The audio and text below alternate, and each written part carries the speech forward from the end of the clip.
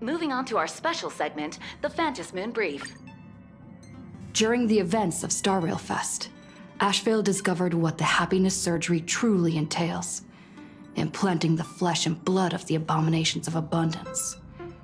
Given the gravity of the situation, we decided to go to Graphia Academy and first launch an investigation into Full Wish.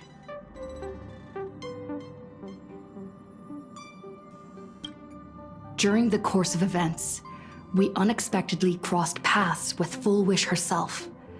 Also a survivor of the Bloodstained Games, she openly joined the Phantom Moon Games and invited supplicants to travel to Seafeld City, where the winner would be decided in a televised debate. During our exchange with Full Wish, Himiko realized that Full Wish might be a masked fool. As a result, I asked Sparksy to investigate the tavern for leads, and through that, we identified Full Wish's ability, the happiness syntax. Evanesia and Yaoguang established a cooperation agreement. After Evanesia's attempt to assess Full Wish in her capacity as the arbitrator failed, they encountered Blade and his group and learned that the flesh implanted in the happiness surgery originated from Shuhu, an emanator of abundance. Himiko and I went to the TV station to take part in the debate and met up with Sunday and Asheville, who had arrived ahead of us. However, the debate turned out to be a carefully orchestrated trap. In full view of the public, all those who had undergone the surgery transformed into terrifying monsters. And Full Wish framed both the IPC and the Astral Express as the masterminds behind it all. When the disaster erupted, Evanesia willingly violated a forbidden taboo and revealed the real purpose of the Phantom Moon Games: to suppress the terrifying entity slumbering within Planarcadia. Through this act, she unlocked the original power of the ambrosial arbor within herself and intervened in the unfolding situation.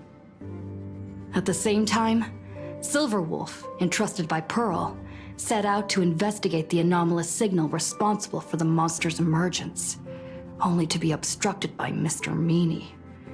As the force backing Full Wish, he wields tremendous power, powerful enough to interfere with the Stellaron Hunter's script. Meanwhile, Full Wish continued to livestream our movements in the TV tower, distorting the truth by every possible means. Drawing upon the wish power of 200,000 victims, she manifested the Meanie Phantom Moon in an attempt to defeat us individually.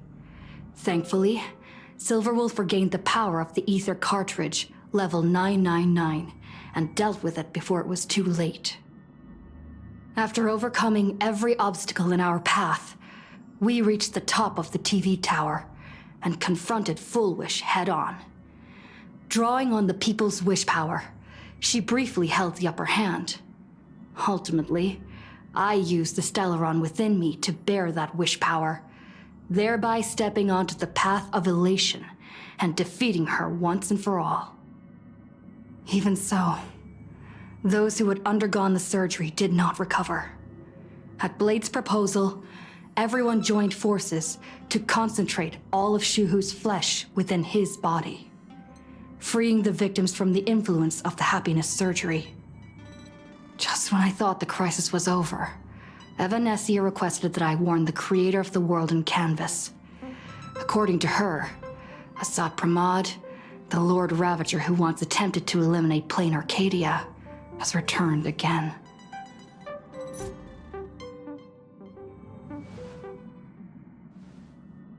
You're back! The incident that happened at Full Wish TV is causing a huge stir. Come watch the news! Hello, everyone! Welcome to our brand new segment, the Phantom Moon Brief. I'm your host, Poofy!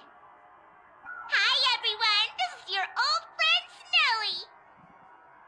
Well then, as the Phantom Moon Games reach a boiling point, and for reasons that need no explanation, we are now joining Duo Mention TV to bring you live coverage of the latest and most critical news updates. Yes, we are! And after the director of Full Wish TV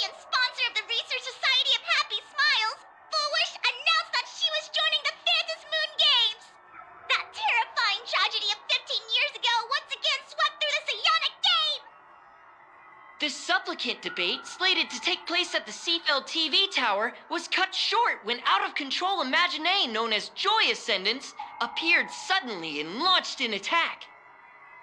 This Imagenesis plague centered on Seafeld City spread rapidly. Even Fullwish herself turned into a monster atop the Seafeld TV tower. As of the latest reports, nearly 200,000 human and Imaginae inhabitants across Planarcadia have been affected by the plague. Countless individuals are injured or missing, and total losses are estimated to have reached 8.6 billion credits. And in a chilling echo of the Bloodstained Games 15 years ago, footage left behind by Foolish points to the disaster as the work of supplicants from beyond the sky. She identified the culprits as the famed cosmic hero, the trailblazer of the Astral Express, and the wanted criminal, Stellaron Hunter Blade, claiming they were responsible for the tragedy. But a spokesperson for the Department of Aberration Defense said the disaster was planned and executed by Foolish herself through her organization, the Research Society of Happy Smiles. They added that the investigation will continue and the organization will be shut down. Oh, how familiar that sounds. 15 years ago, they made the same excuses. What is the real story behind this? The Phantom Moon Brief will continue to keep you updated. Over 500 years ago, a prophet made a prediction. In year 1999, a terrifying devil will descend from the sky. Will this prophecy come true? Can Planarcadia safely make it through this crucial year? We will have to wait and see. Shame on them. How can they just say things like that on TV when it's not even confirmed? And the internet is flooded with fake news about you too. Also, those two hosts, weren't they from Fullwish TV? They were spreading nasty stories about you on the news before.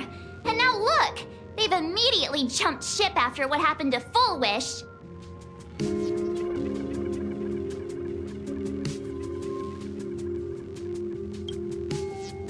Ever since coming to Planarcadia, nothing surprises me anymore. I'm happy you made it back safely, but somehow, you just don't seem quite the same. Oh no. You're trying to grow up and leave me behind. Don't tell me you're becoming the next Don Hung. No! Is this what it takes to become a hero?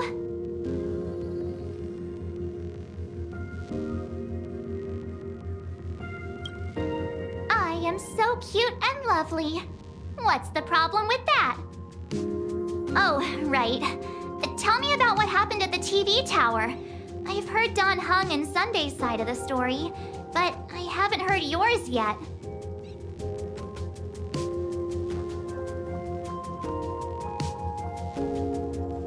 So, Fullwish had people undergo the happiness surgery to implant Shuhu's flesh into their bodies, and that ended up causing this disaster?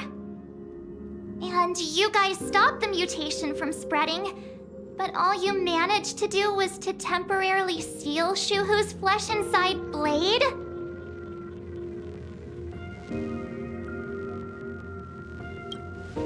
And then you mentioned that Nessia, the one we met at Star Rail Fest, is actually the Phantom Moon Games arbitrator? No wonder she could draw a mask for you. And she also asked you to go deep into the world in Canvas to warn, who was it again?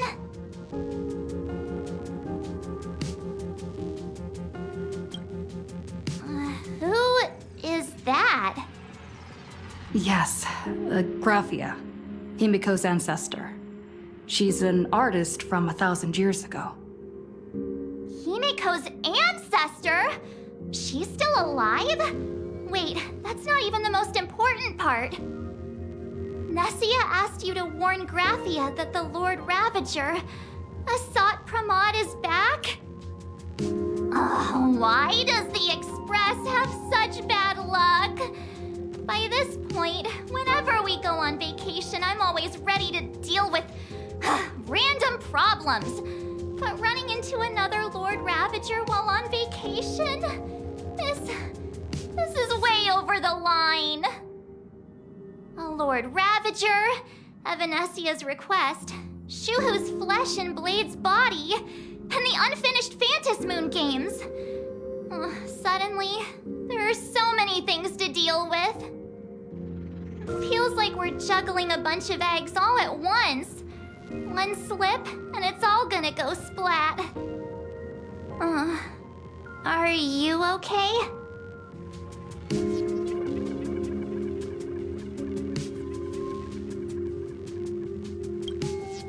I shouldn't have asked so many questions. Didn't mean to stress you out or make you worried. I'm gonna go take a minute and collect myself. So many things to deal with right now. Oh, what should I do next? Nah. I've had a long day. I should just get some rest.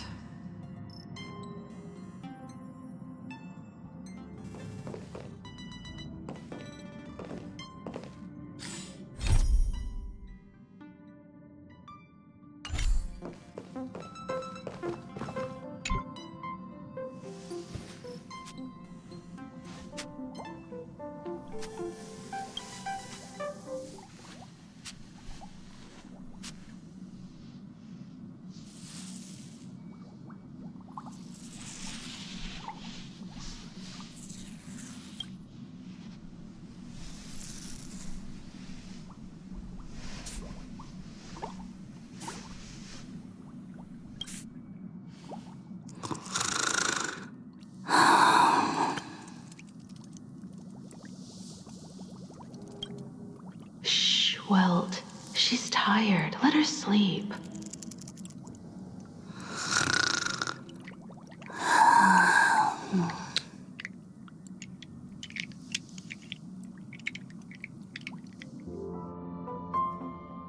You're obviously tired.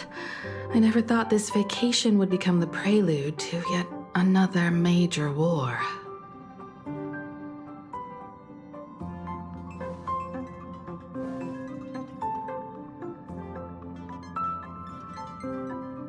From our very first steps, trouble has always followed the Nameless. But this is way too much. Look at you now. It takes me back to when I first got the Express running again.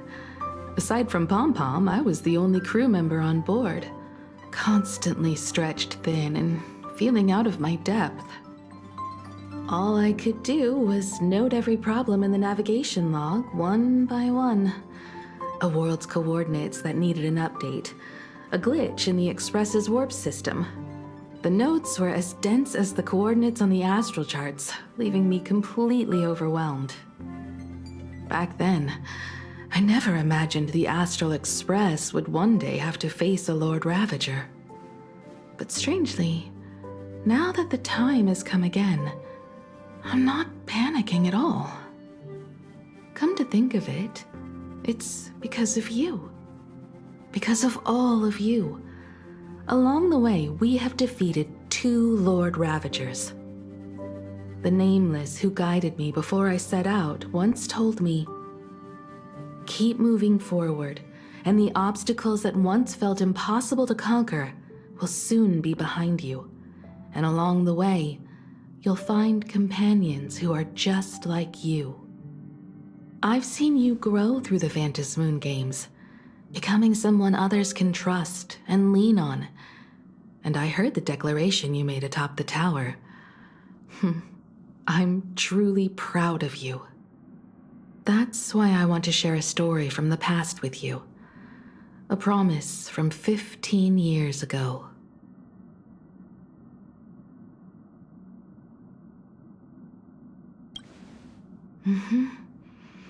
I promised someone that when the moon over my hometown was full again, I would go back to see her, to let her know I had made the most of this borrowed life, and found companions I could trust with all my heart. I want to share this story with you all. The story of how my journey began.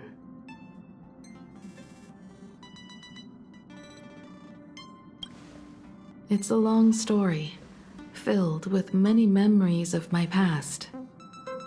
I'd also like to invite you all to the place where I repaired the Express and tell you everything bit by bit. All right, it's a deal. When I return from the world in canvas, you can make us, make us some coffee. Then we'll settle in and listen to your story. Speaking of the world in canvas, March told me about what Evanescia said to you. Evanessia's request was not made lightly, and she was worried for a reason. Silverwolf saw that Lord Ravager in action too. According to the records from the databank and the IPC's investigation, Asat Pramad's campaigns often span centuries, and the planets he targets all end up destroyed in freak accidents, leaving their surfaces covered in only smiling faces. 1,000 years ago, my ancestor Graphia created the world in canvas. If that was to resist Asat Pramad's invasion of Ahatopia, then could this disaster unleashed through the Phantasmoon games be the prelude to his next invasion?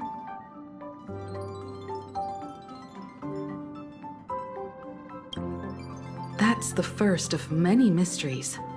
Based on our family history, we are clearly not descendants of any long-lived species. Quite the opposite. The weathering curse has shortened my family's lifespan for generations.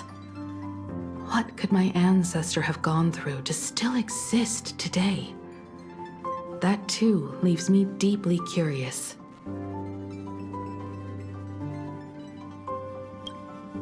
There are far too many legends about her. It's hard to tell what's true and what's not. Only two things are beyond doubt. First, during the Cinderth Age, she created countless Imaginae and sent them into battle against the demon legions from beyond. Second, near the end of one of the Phantasmoon games, she created the world in canvas to shelter inside it what was left of civilization and life. Which means she is not only familiar with Asat Pramad, but has also witnessed the manifestation of the Eon of Elation.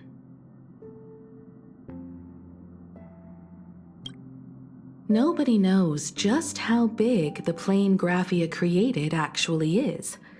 Over 140 years ago, the IPC tried to salvage the world in canvas, but they were only able to reconstruct part of it in the real world. That portion became what we know as Planarcadia. Legend has it that Graphia used a vast ocean as her canvas and channeled the power of elation to step into the painting, which means she has not only seen Asat Pramad, but has also seen the Eon of Elation descend in all their glory.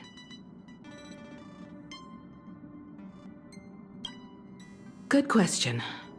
As for who in Planarcadia knows Graphia and the world in canvas best, it's probably Pearl. She was sent here by the IPC. She should have some clues to guide us in the right direction. By the way, General Yao Guang is here. She says she wants to talk to you in private. I'm not sure if she comes with good news or bad news. She brought a little gift from the Cienjo, though. Mung bean soda. Go talk to General Yao Guang, then. Don't keep her waiting. After that, come to the party car and fill us in on your next move.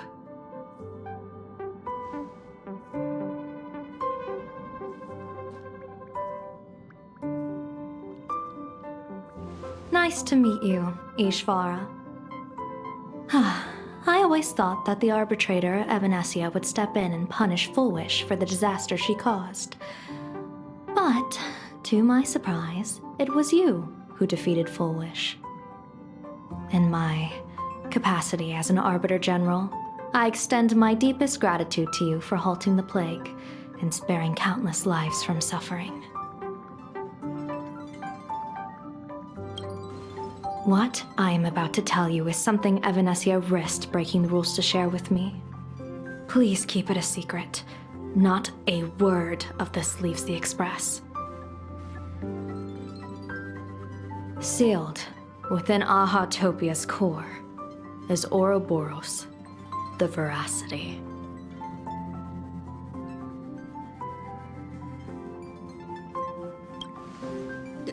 You mean the Leviathan that can swallow whole planets? That Ouroboros the Veracity? Looks like you know a thing or two about Ouroboros. I've seen that terrifying thing in Herta's simulated universe. Rumor has it, they were last seen during the era of the Swarm disaster. They were hardly there to aid the Swarm, but rather to attend a cosmic-level feast, in which the Swarm served merely as appetizers, and the planets they passed were devoured as the main course. No one expected them to be here of all places, sealed away on this very planet after vanishing for years. The true situation remains unknown, but with this information we can understand why Asat Pramod set his sights on this world. Aren't you a little afraid, facing a huge disaster like this?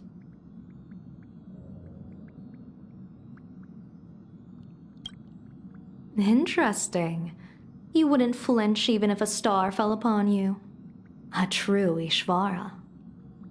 Fortune follows when fate hits its lowest ebb. Every crisis comes with an opportunity. Now that we know a force capable of devouring stars is deep in slumber at this planet's core, perhaps we could make it devour the problem inside Blade's body. It might just be a risky path worth taking. Blade has agreed to my proposal and will venture into the world in canvas to seek out the Veracity. From what I've heard, you are going there as well. I cast a divination, and the hexagram shifted between the marsh and fire trigrams, yielding the judgment. Heaven and earth are separate and apart, but the work which they do is the same. In other words, though your paths may differ, they are destined to intersect.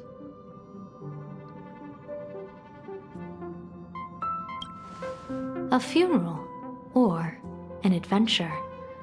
Will it be a battle with only a 1 in 10 chance of survival to tear away Shuhu's flesh from his body and eliminate the Xianzhou's arch-enemy? Or will it be a journey in which he settles all grudges and never looks back? It all depends on how he perceives it. Blade agreed to my proposal, even though that little Stellaron hunter girl wouldn't stop objecting.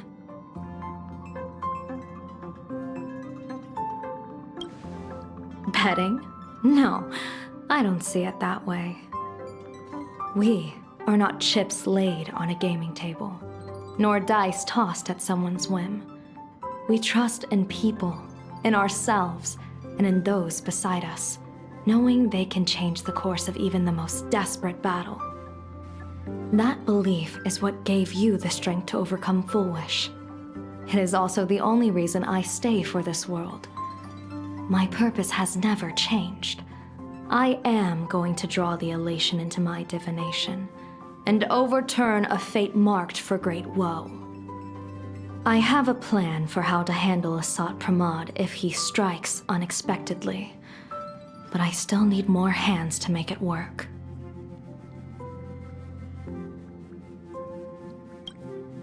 What miracle could cap off these games better than a finale that humbles a Lord Ravager? It will be a tribute to the elation. The shadow of the Lord Ravager looms, and from here on, everyone must carry their part of the burden. I will take my leave first. Before I set out, I still want to say a few words to everyone.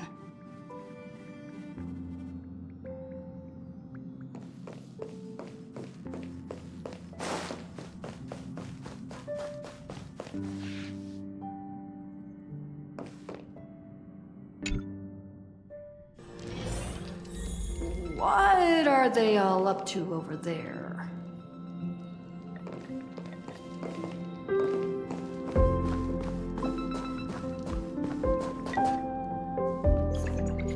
Oh, there you are. We were waiting for you. We're here to celebrate the Astral Express making it through another trial, of course. Pom-Pom's heard all about your latest adventure.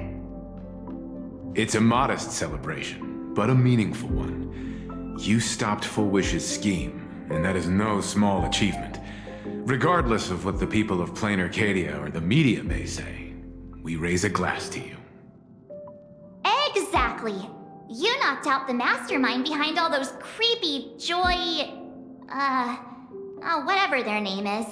I didn't get to see it myself, but Don Hung described it for me. You killed it! Your victory gave Blade a chance to free himself from Shuhu's flesh. Thank you. With the Lord Ravager looming on the horizon, everyone will soon be heading off on their own missions. Before that, it felt right to have a small gathering like this. Now, let's make a toast. Here's to everyone who fights to protect this Arcadia. And here's to all of us. The Lord Ravager can throw whatever he wants at us, but I know the Astral Express will keep streaking across the stars.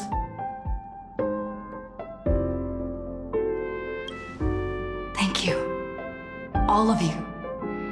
Having you by my side is what gives me the courage to face the future. I'll carry this strength with me through the rest of this journey. Cheers!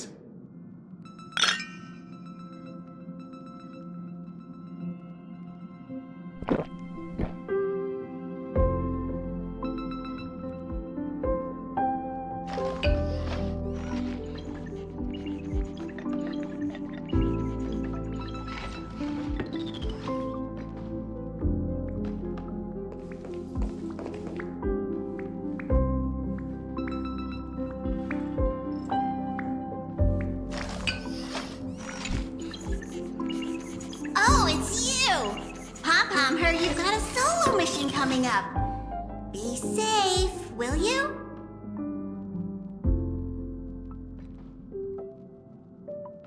Sadly, Pom-Pom can't remember most of what happened right after the Express crashed onto this world.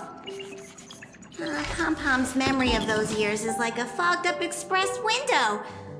No matter how hard Pom-Pom tries, Pom-Pom just can't wipe it clean. But it's okay. After passenger Himiko repaired the Express, Pom-Pom got to share a one-of-a-kind journey with all of you.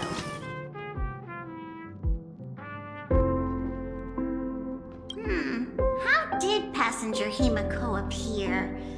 That's odd. Pom-Pom can't remember a thing. All Pom-Pom recalls is having a long and fuzzy sleep and being woken by a knock at the door. And just like that, passenger Himiko was on board. The day passenger Himiko knocked, it felt like Pom-Pom was waking up from a dream. The Express's heart started beating again and the lights flickered on, one after another. Graphia? Pom-Pom hasn't. But Pom-Pom always dreams of strangers when Pom-Pom's asleep. They seem to be bustling around the Express, and there are soft clinking and clanking sounds, just like the sound of stars twinkling. But every time Pom-Pom wakes up, their faces slip away. Pom-Pom is only left with a warm and comforting feeling, knowing someone had taken good care of Pom-Pom. Safe trip! Pom-Pom will take good care of the Express while you're away.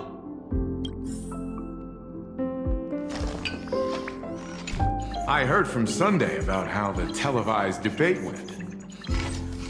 We won this battle because of you. When the televised debate began, a crowd outside the station gathered to protest the Astral Express and nearly broke through the barricades. But the moment the Joy Ascendants appeared, they scattered without a second thought. I guess people know deep down which is more dangerous, a made-up villain or an actual threat.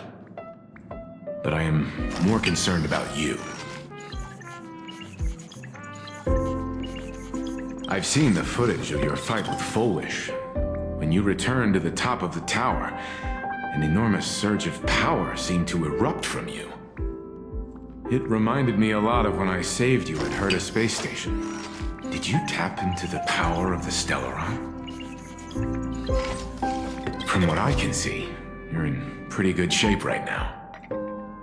The Stellaron can be awakened by a wish, but its immense power always has a way of warping reality. As the wave of wish power surged toward you, it brought hope and blessings, but also dark intentions and malice. What might it do to the Stellaron? We have no idea. Be careful with this power you have, no matter how tempting it may seem.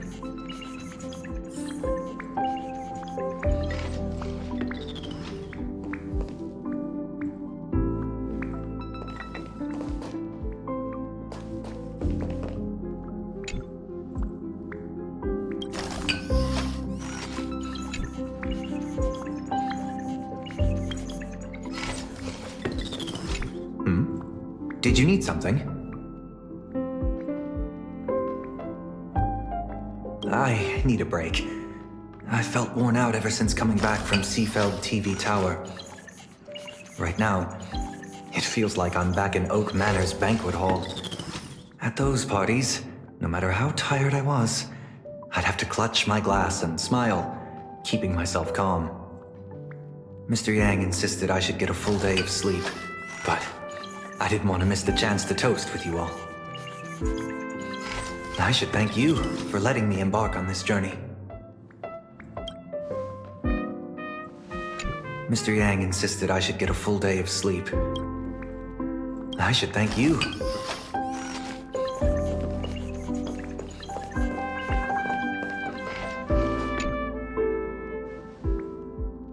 There you are. March and I were talking about you. Yeah, of course. When did Dan Heng start expressing his feelings like this? I guess pigs really do fly. This trip to Planarcadia is the first time we weren't necessarily working together toward a common goal. You dove into the Phantom Moon games. I crossed paths with that relentless old friend and foe again. As for March, well, she spent her time wandering and eating. Her perfect little vacation. Wait, hold up. How come all I get is wandering and eating? I grab plenty of comics as well. I call it cultural exploration. With a little extra time for me to recharge, of course. Right? Now that we're having this little break, it hit me that I might have neglected you and March.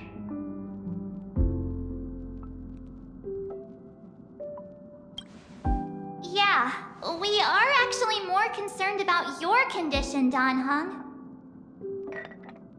Blade has accepted General Yao Guang's proposal.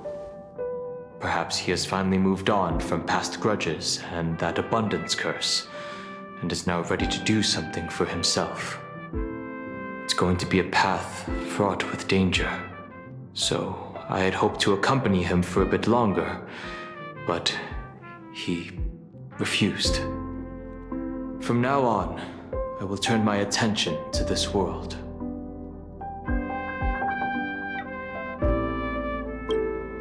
Mr. Yang and I have been asked by General Yao Guang to help with setting up some defensive formations. I've got work to do too. Mr. Ashvale wanted someone to accompany him to the tavern to investigate clues about Asat Pramod.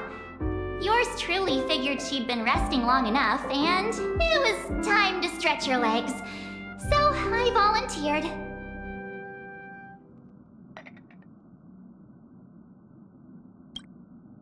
No problem. When you come back, you have to share everything you saw in the world in Canvas.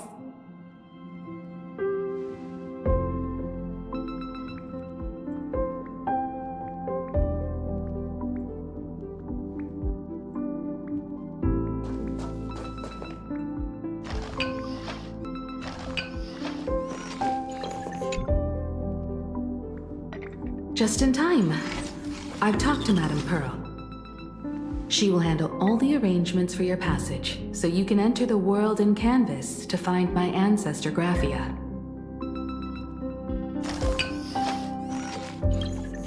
Actually, I hoped you could take some time to rest first.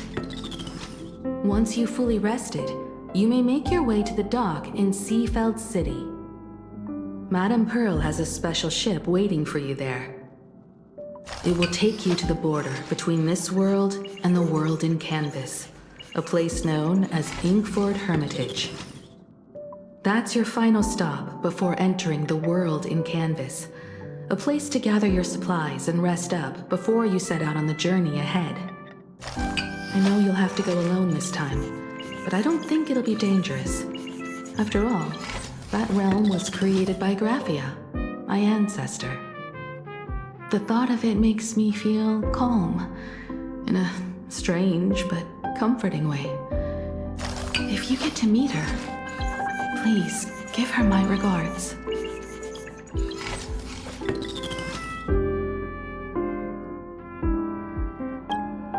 I am indeed quite curious. I'd love to see this ancestor of mine for myself, and hear her story in her own words. But someone must stay here and keep watch. Madame Pearl wishes to confer with me and General Yao Guang about our next steps in dealing with Asat Pramod. So I'll be entrusting this mission into the world in Canvas to you. Go ahead. Set out once you've rested up. I'll be here with Welt and the others, awaiting good news from you.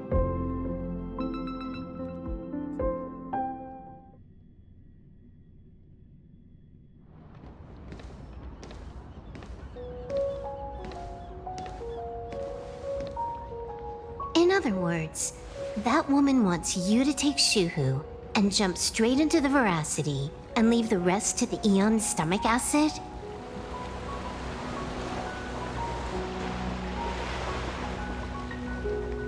And this is between me and him, right? Why are you tagging along? Relax. I'll say my goodbyes and be gone. A dignified funeral, If you ask me, this ending is indeed grand enough. I don't care about any of that. There's only one thing I care about. Does he have to die? Here's a piece of advice, little cub. Whether he lives or dies is his choice. That's the one thing you don't get to decide for him.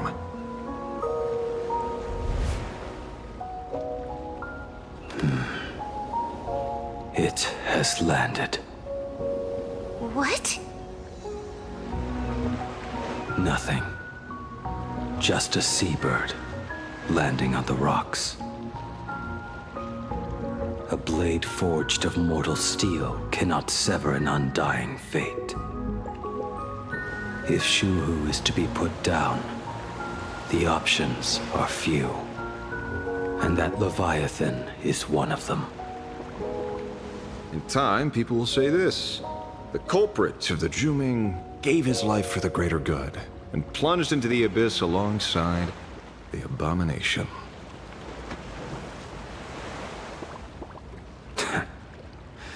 I'm not as noble as you make it sound.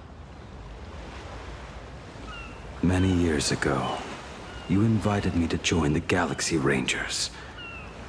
I refused for one reason. I'm a petty man. I was never born to carry some greater good. This is between Shuhu and me. Nothing more. Can't argue with that. A Galaxy Ranger through and through. Well then, I won't say anything more. Blade, you sure about this? For years, death has clung to me like a curse, etched into my bones. If there is a chance to make a god feel the same pain, I would do it, even if this body is reduced to ash. As for everyone else, there's no need to drag them into this. We'll proceed as Yao Guang proposed. Bury Shuhu at the end of the world in canvas, taking me with him, and let the veracity dissolve us both.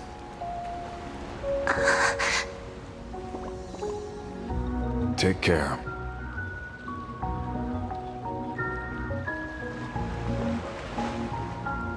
How about you stay as well?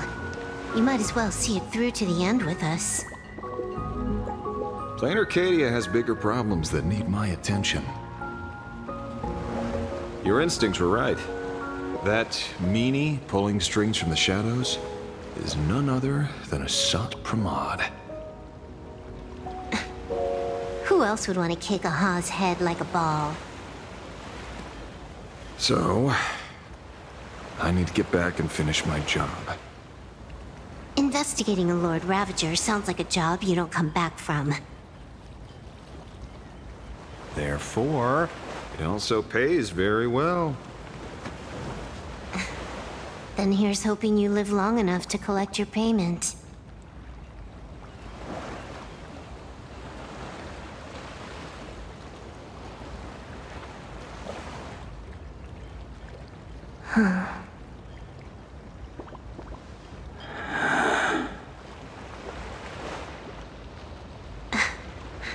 Every time, when it's just the two of us, you go quiet.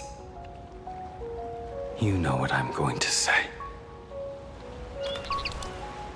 The seabird's flown off. It's time for us to go too.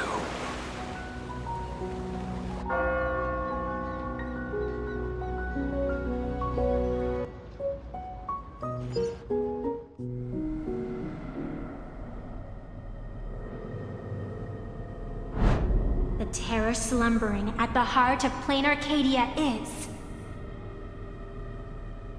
Ouroboros. After the swarm disaster, the veracity vanished, never to appear again for more than 700 amber eras. Their last rumored sighting was 500 years ago. History fictionologists claim that Ouroboros lies in wait at the edge of the cosmos, guarded by their children, awaiting the day of their return. I've heard that story before, but it wasn't about the edge of the cosmos. It was Pier Point. They say that the preservation is nothing more than a facade, and the IPC is, in truth, a cult devoted to the veracity. Organic life has quite the imagination. They've said other things, too. That Louis Fleming seeks to ascend as the Eon of Wealth.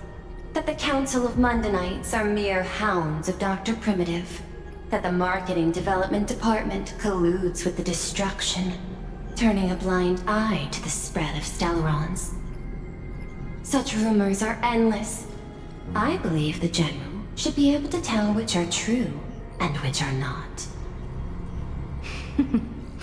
I've never heard the last one, so let's assume it's the only one that's true.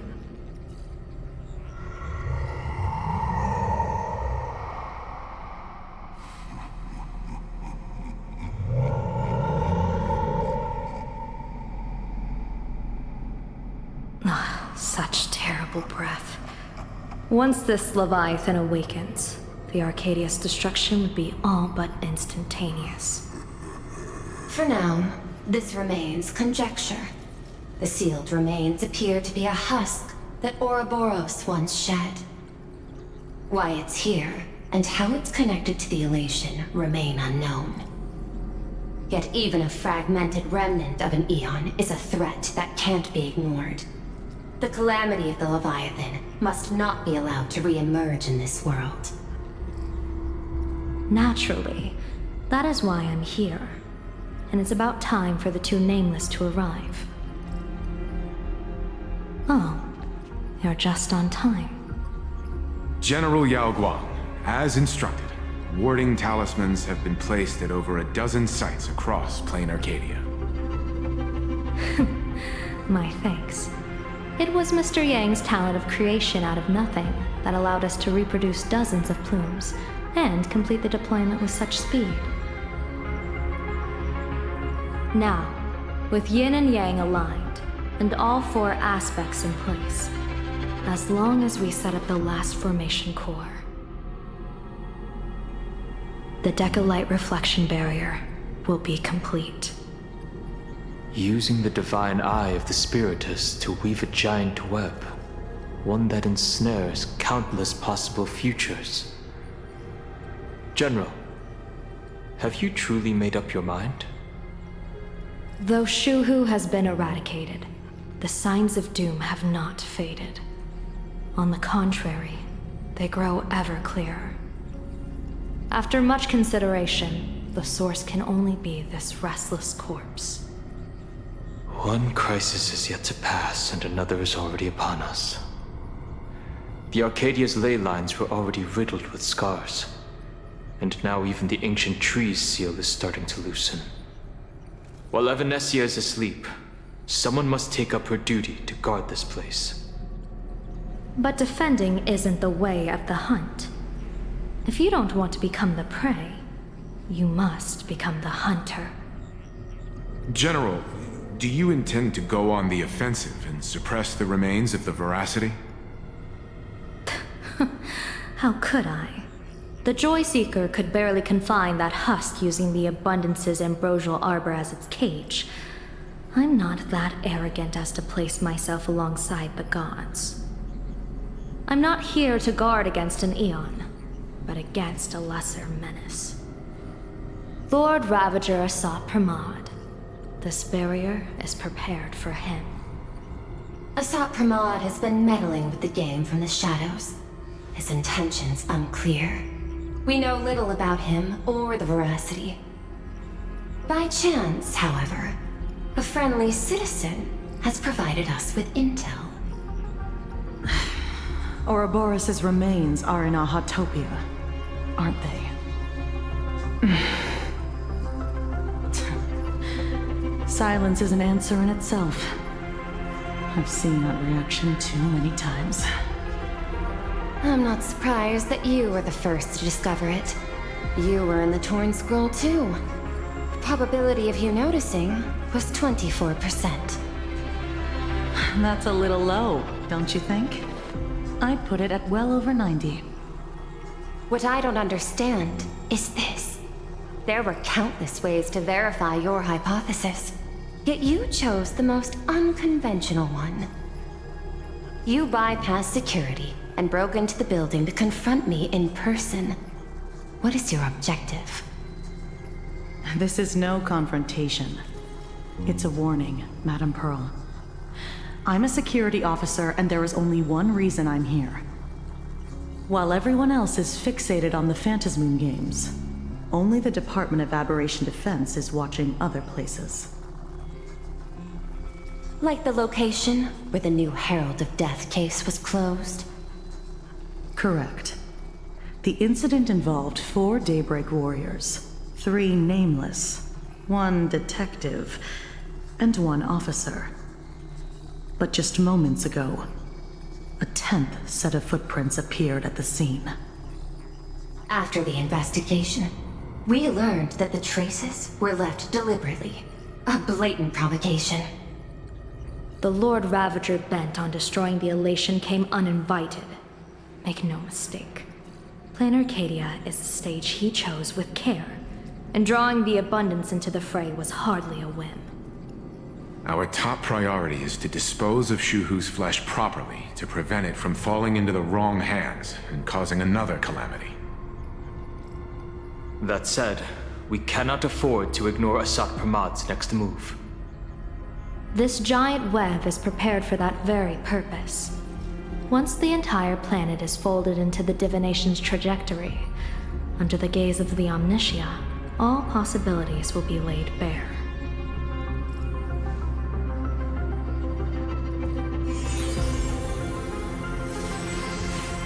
When that time comes, he won't wish to leave any footprints behind. One final question. Why did the Lord Ravager choose to visit this place? Does he have an ulterior motive? Or is this merely some twisted joke? That question should be left to the professionals. Don't forget, we have a detective who can't seem to rest. Let's hope the accumulation of variables can tip the scales in our favor.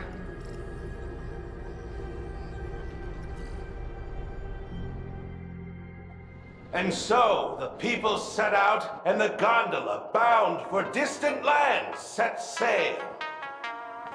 At the end of the world, the Elation once again declared war upon the Veracity. Take, frail little humans! Ouroboros split their mouth wide open! Whoever can fill my whole mouth with but a single thing shall receive a reward, my tongue. The fool known as the Shepherd captured a comet, but it wasn't even enough to fill the gap between the Veracity's teeth. The bartender Baraji opened the wine cellar, but they only grew drowsy, drifting off to sleep. And en route, he crept up to the Veracity's ear and told them a corny joke.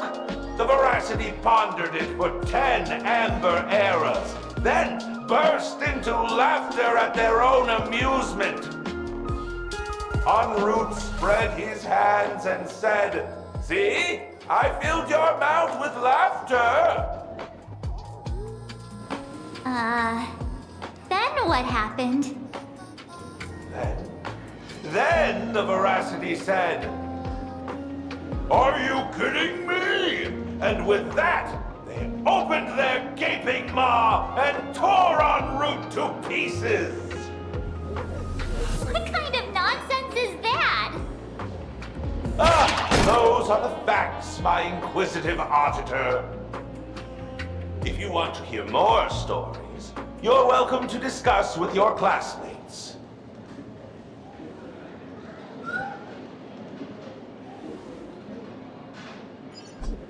We came here to investigate the Veracity and Asat Pramod, but all we got were stories that only a 3-year-old would believe.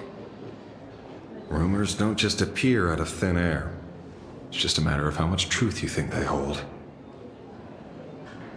At least 90% of that was made up. Sometimes that last 10% is all you need.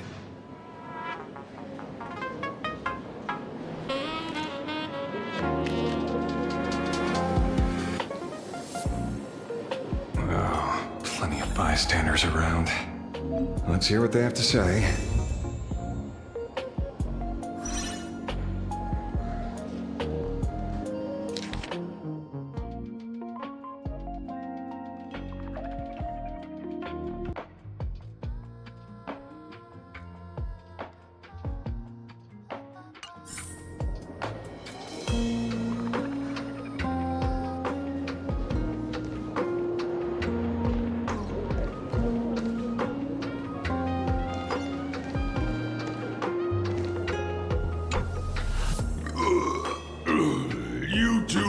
About the Veracity?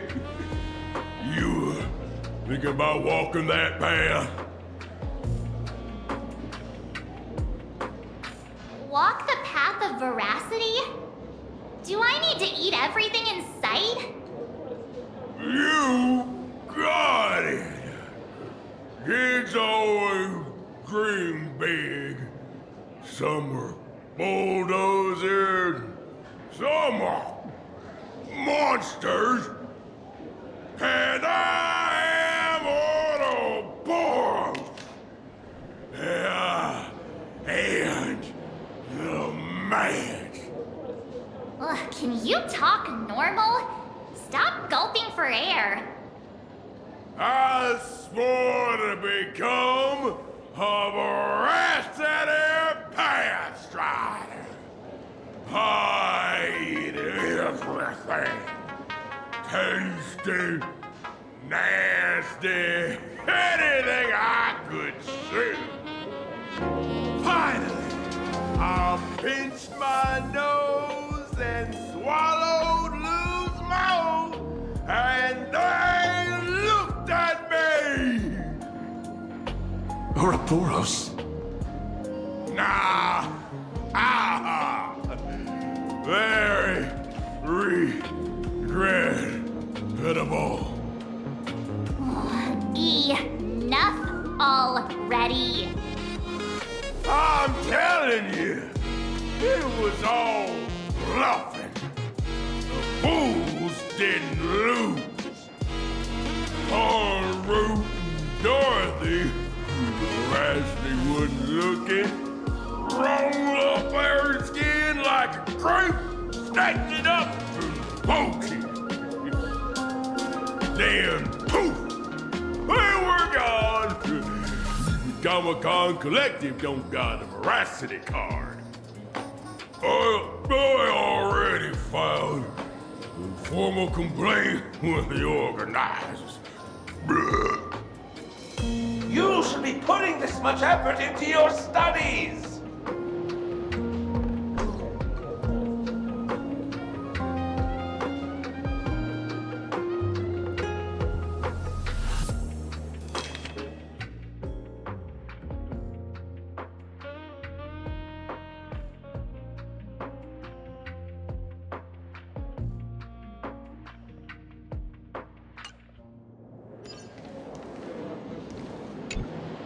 They say a dull pen beats a sharp memory.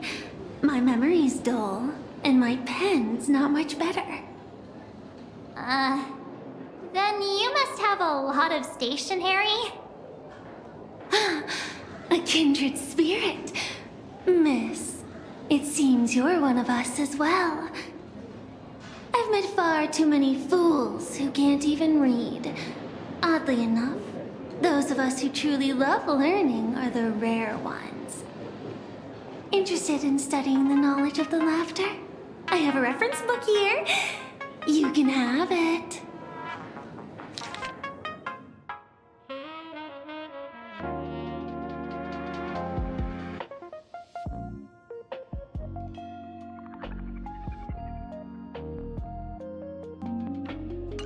This feels completely made up. But, thanks anyway. Oh, please. Thank the seniors. To compile this book, they offended every Eon they possibly could, and narrowly escaped death at the hands of each and every one of them. As for me, I'm just the one who keeps the books circulating. Hey, friends! How was your first day of school? Sparksy's here to pick you up after class.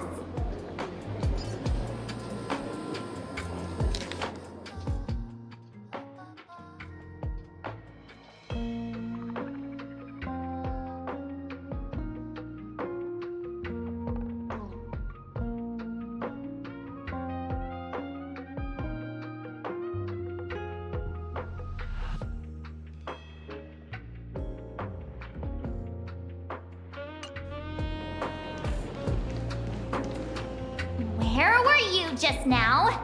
You opened the door for us and just disappeared. Don't tell me you're up to something again. Still doubting me? You're breaking Sparkskull's heart here. That whole foolish thing. I took on every emoji in the tavern by myself, fought them all the way to the end of the world, and even wore my mask down to nothing! But honestly, this place runs on rumors. Aha is being chased by the Veracity. Aha chases the Veracity. We won't get anywhere following stories like this. Let's go through what we know so far.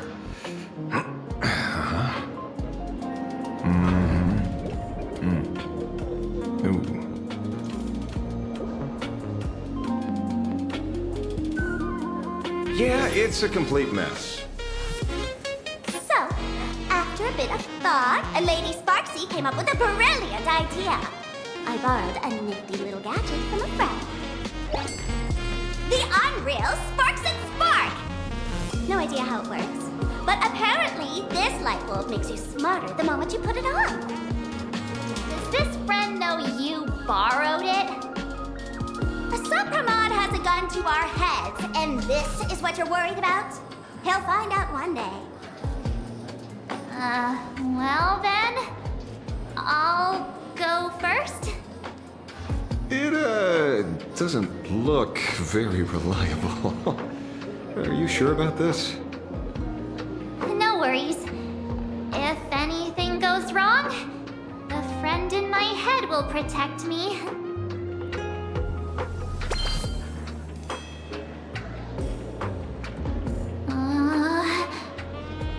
Doesn't seem to have any effect. No, it's working perfectly. I get it now. All of it. No need to dance around. Our enemy is a Lord Ravager. There's only one question we need answered. How does Asat Pramod plan to destroy Elation? Correction. The effect is very obvious. Judging by Nanook's habit of picking Lord Ravagers, I wouldn't be surprised if Asat Pramod was once a masked fool, and therefore knows Aha's weakness. The Arcadia is like a microcosm of eons and paths. People indulge themselves in fabricated happiness, unable to pull themselves away from it. Many have expressed their concerns. This isn't elation. Aha is playing with fire. A classic social realist deduction. Old-fashioned. Ooh, but effective. We're closing in on the truth. Yes, the answer is all but revealed. You are Asat Pramod, Sparksy. Do you have evidence? Of course. The truth is so simple that everyone overlooked it. The evidence is... you were the first person I met when I got off the express. If I am Asat Pramod, would you and Grey Hair have been able to walk out of the school alive?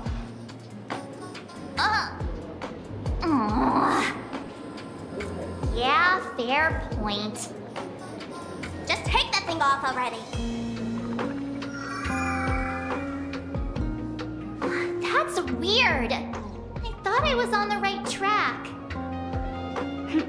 Let me give you a lesson. Deduction isn't about people skills. It's about smart tricks and flawless logic.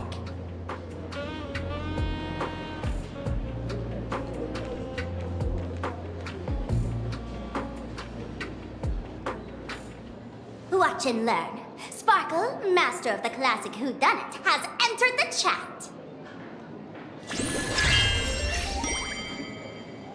You changed your clothes just for this? First of all, Ouroboros likes to eat. Secondly, whatever they eat disappears completely. Therefore, veracity is also a form of destruction. This is the classic mystery of one culprit, two identities. The one trying to kill Elation is... the Lord Ravager, Asat Pramod, played by the Veracity! What am I even saying? Classic whodunit. This is more like a classic Who's the Dummy. Ah, I get it now. All this thing does is make wild guesses sound reasonable. So far, that's the most accurate piece of information we've gotten. No need to be so serious, Detective. Why don't you show us what you've got? By the way, what type of detective are you? Me? I'm the tough guy type. I don't waste time on useless details. I aim straight at the heart of the problem. You're not wrong. Assad Pramod is Nimuk's weapon to assassinate Aha. Whatever his plan may be, the target doesn't change. Remember, as far as humanity knows, there are only 3 ways an Eon can fall.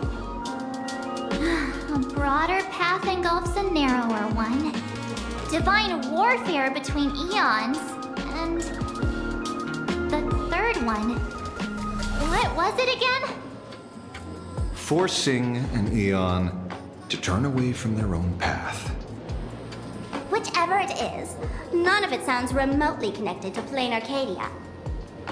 So, what makes you so certain Assad Pramod is here on business, not on vacation? Because we folks just dug up one heck of a treasure from underground. And in the stories tied to them, we've unearthed more than a few names worth paying attention to.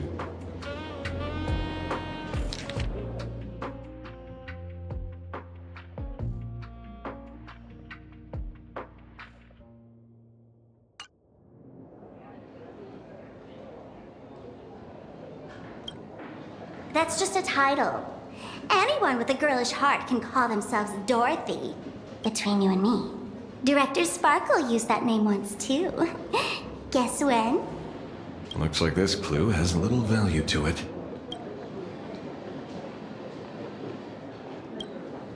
Baraji? Forget it! He's good behind the bar, but slippery as an eel. Ask him to work for Nanook, and he'd run away on the spot. The former bartender of the tavern, everyone knows him. Couldn't be him. Right. He's the one I can't stop thinking about. The stories change every time, but they all circle back to the same logic. En route defeated the veracity by some means. You're right. Then who is this en route? Do you know him? En route. Of course she does! Everyone in the tavern knows that name. Long ago, its owner grew tired of jokes, cast aside his mask, and walked away.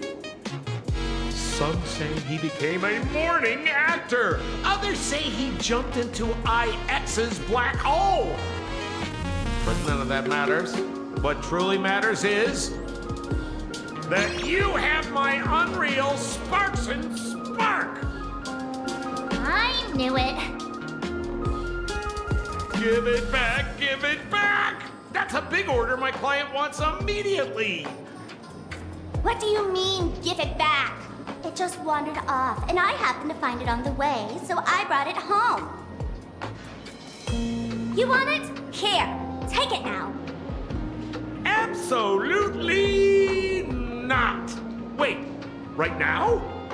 This doesn't sound like you at all. No. If it's a no, it's a no. Guess I'll keep it. Bye-bye.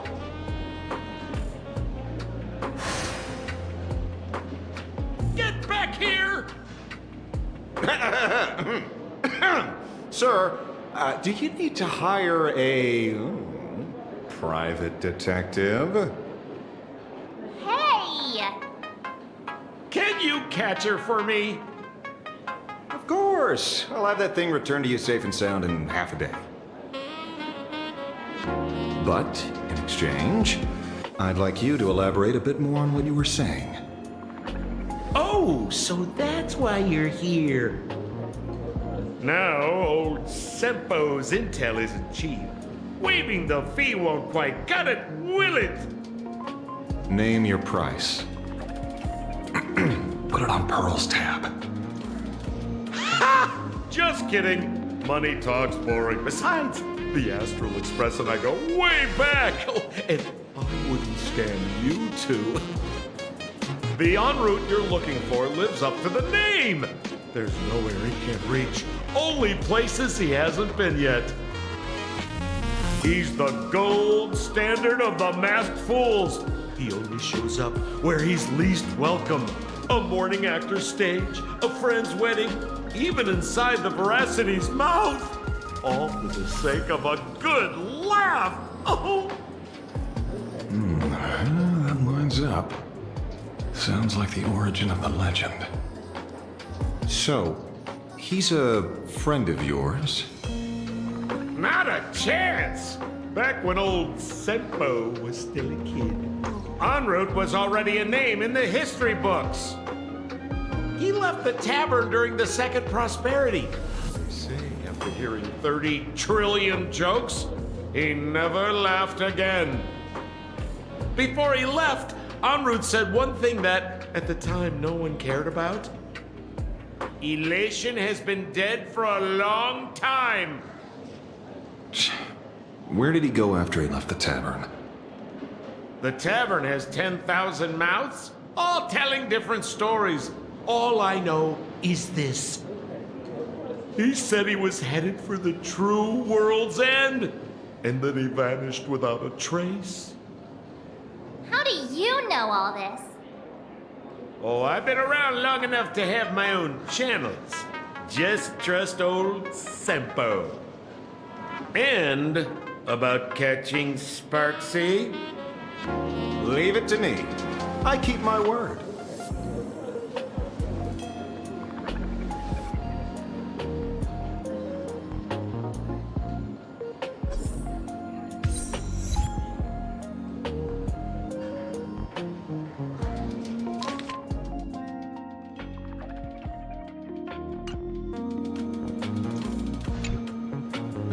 See?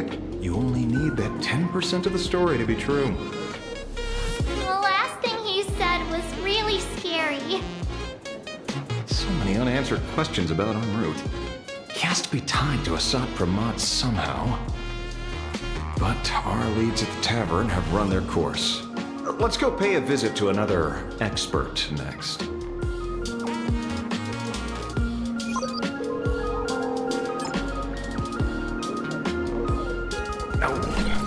Speak of the devil. Only a Cianjo general could have arranged something like this, I suppose. I'm surprised as well. You've only just left Amphorius, and already you've managed to draw the attention of another Lord Ravager. Miss Ron May? And Miss Ting Yoon? We're here by General Yao Guang's request. It seems we arrived just in time. At first, I only came because the Shenzhou extended an invitation, and it seemed impolite to refuse. Now that I'm here, I see it was well worth the trip.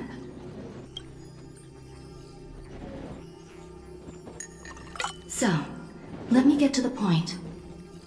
Ouroboros has long been dead. Their death was merely buried beneath layers of secrecy. Hardly surprising. They disappeared after the swarm disaster, and there are many different opinions on where they went.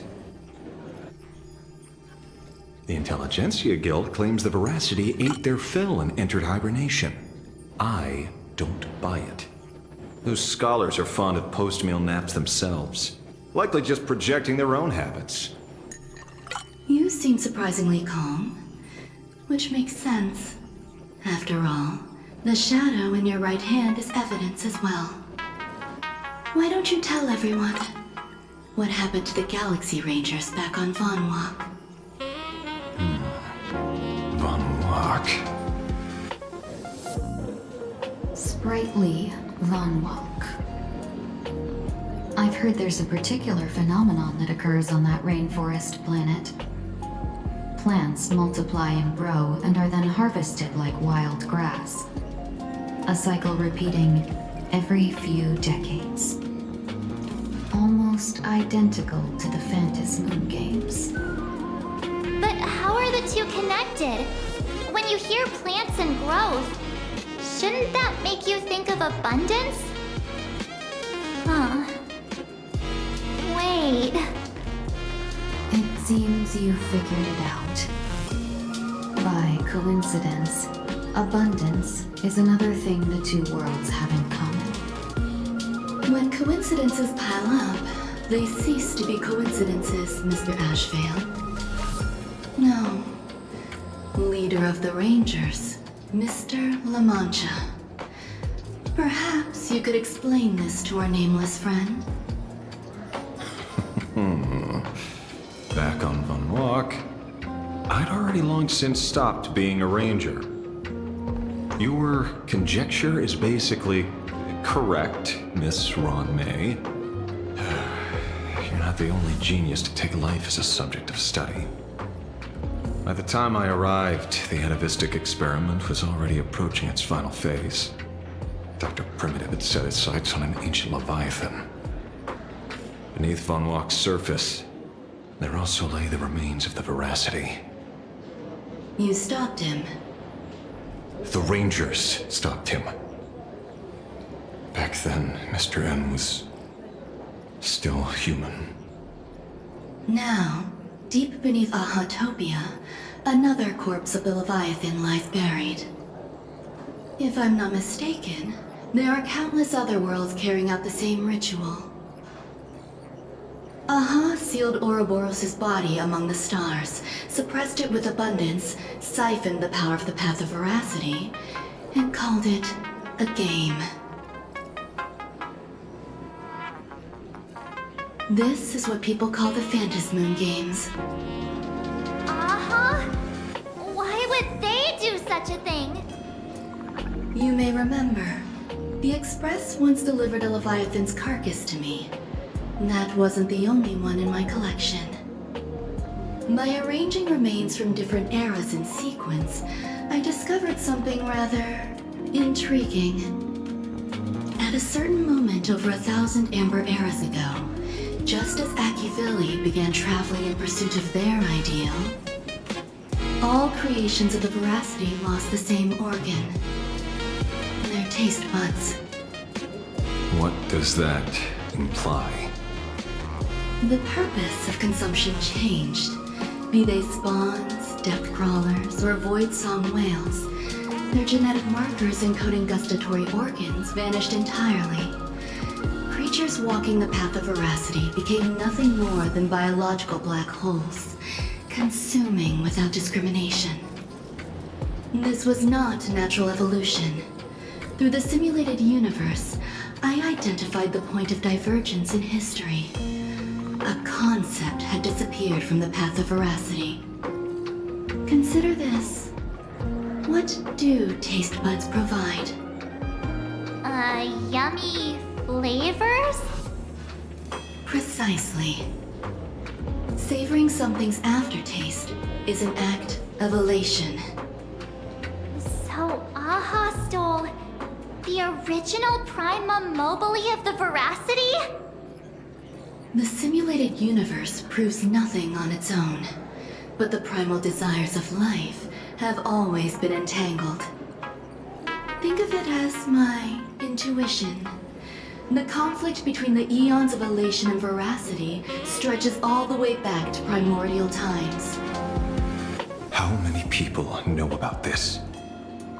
There used to be 2. I only told Yu Qingtu. Now, there are 5. After this, I can't be sure. Exploit the old conflict between Aha and Ouroboros to ignite a divine war, or allow intersecting paths to devour one another. Of the 3 known ways to kill an eon, the Arcadia fulfills at least 2. Now who still thinks Asapraman is here on vacation? But you still haven't explained where it came from. Oh, you mean the shadow? It has nothing to do with Funwalk. Oh? Call it a twist of fate. This isn't my first encounter with the Astral Express. nor my first time dealing with a Lord Ravager. When my home was destroyed by Zulo, I had a brief encounter with a former navigator. A navigator of the Express? Yes. Starseer, I see. He'd already retired by then. He was the one who told me about the Shadow. According to IC, it was one of many remnants left behind when the Express first carved paths along the edges of the cosmos. I led the Rangers to suppress the Shadow and devised the plan to assassinate Zulo. But I never learned why it was there in the first place. Don't you find it strange, Mr. Ashvale? Strange? When coincidences pile up, they cease to be coincidences. Like an experiment with results that are too perfect, it's enough to send a chill down your spine. If you don't mind, let's walk through the whole thing once more. Earlier, what did you two uncover in the tavern? Someone suspected to be a Sat Pramod knew about the Veracity's secret. Before disappearing, he said he was headed for the end of the world. And then? Who did he say the Shadow belonged to? A former navigator. The Shadow was a remnant left behind when he charted the cosmos. If the world's end isn't the tavern, then where is it? I don't know if anyone can answer that question. Not even Akivilli. Wait. Don't tell me. En route only goes where he isn't welcome. After leaving the tavern, he went to the Astral Express. The detective game is over.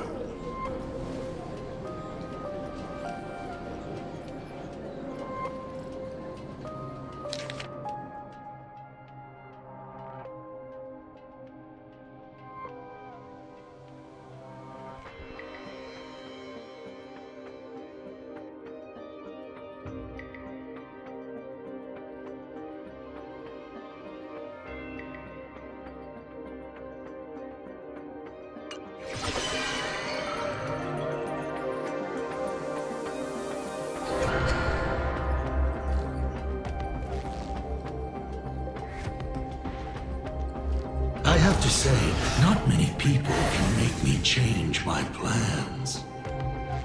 Whether in the past or present, you've always been one of them.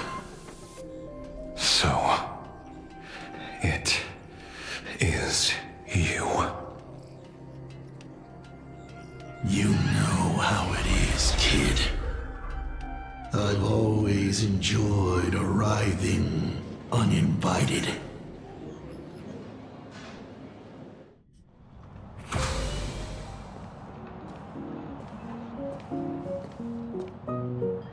Pearl said she would arrange a ferry to pick us up at the Seafeld City dock. The place we're going to holds clues about Graphia. Really? Your own ticket before boarding and be a model passenger. We wish you a pleasant journey. It is an honor to, well, shall I say, be of service to you again. To be honest, when Madame Pearl invited you to visit the Perlux Tower, I was supposed to be your guide. I ended up being replaced by a total fraud. My name is Feld. By order of Madame Pearl, I will be escorting you to your destination.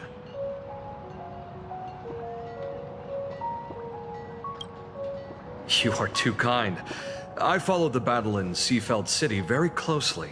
Serving a hero such as yourself is a true privilege. I assume Madame Pearl has already briefed you on our destination?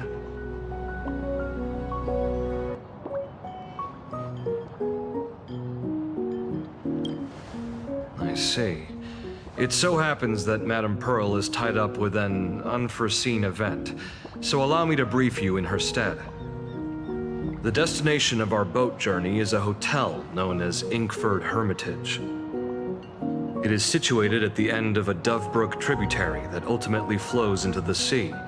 It is one of the points where the world in canvas intersects with reality.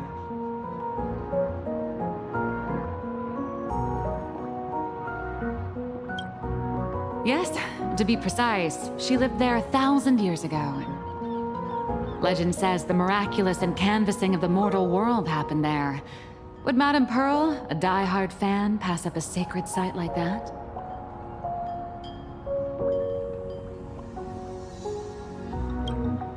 Word is that Madame Pearl just flicked her wrist, signed a check with an astronomical figure, and bought the whole plot of land. She also snatched up every single piece of Graphia's lost works she could find without bothering to verify their authenticity. Whew, I guess money really does let you do whatever you want. That's not even the half of it. I don't know where her obsession comes from, but she's dead set on the idea that Graphia is still alive. If she gets even a whiff of anything remotely related to Graphia, she's got her people on it at the snap of a finger. But all they could find were Imagine knockoffs. Random, pretty redheads based on nothing but imagination. I bet her reaction went something like this. Objective. Locate the original. Error. Detecting excessive quantity of low-quality merchandise. You! I remember you! You're that fraudster from Perlux Tower! Perlux Tower? I've never set foot in that place in my life. Oh, I know it's you! I've seen the footage. You're wearing the exact same outfit. Oh, a slip-up in an otherwise perfect plan. Relax. Your job is safe this time. Cut it out, you scoundrel!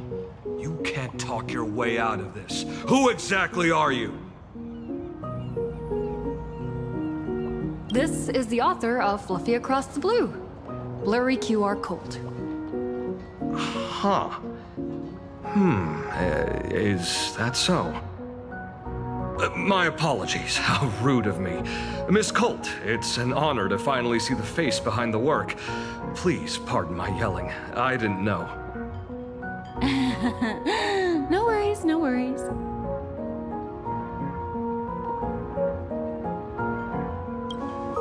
It's only normal for a famous comic artist to travel with bodyguards, no? Miss Blurry QR Colt, let's be clear. You are being transported under escort. Your current credit balance is in the negative. Madame Pearl has offered you a lifeline by asking you to complete the next volume of the Fluffy.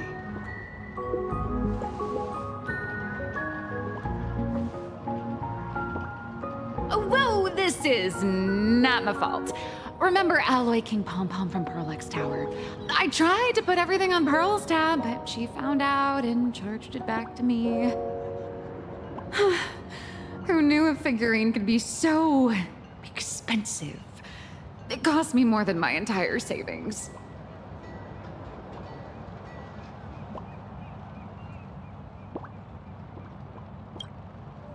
No way.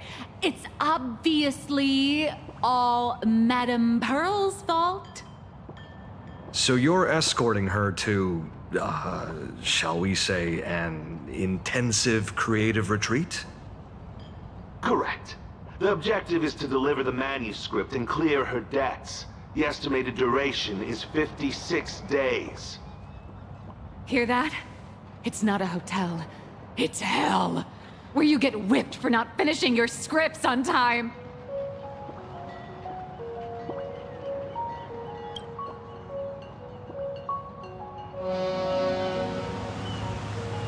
The boat has arrived. When you're ready, let's begin our journey to Inkford Hermitage. Please, mind your step as you board.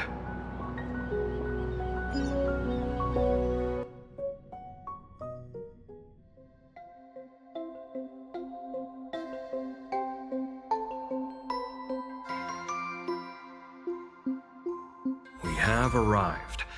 This is the snowy shore of the canvas world, Inkford Hermitage. Oh. Are those Wispae floating on the water?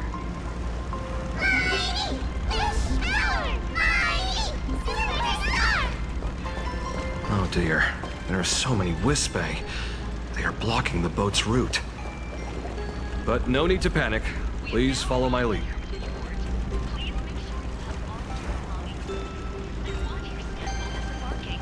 Thank you for traveling on this void liner.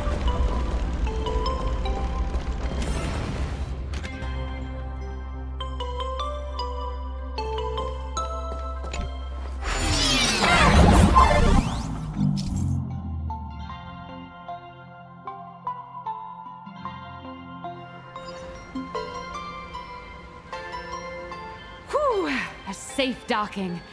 For a second, I thought we were going to hit an iceberg or something.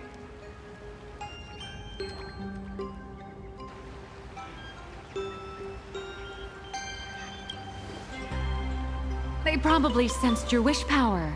You are the Phantom Moon game superstar, no? Look, one's trying to hitch a ride on you.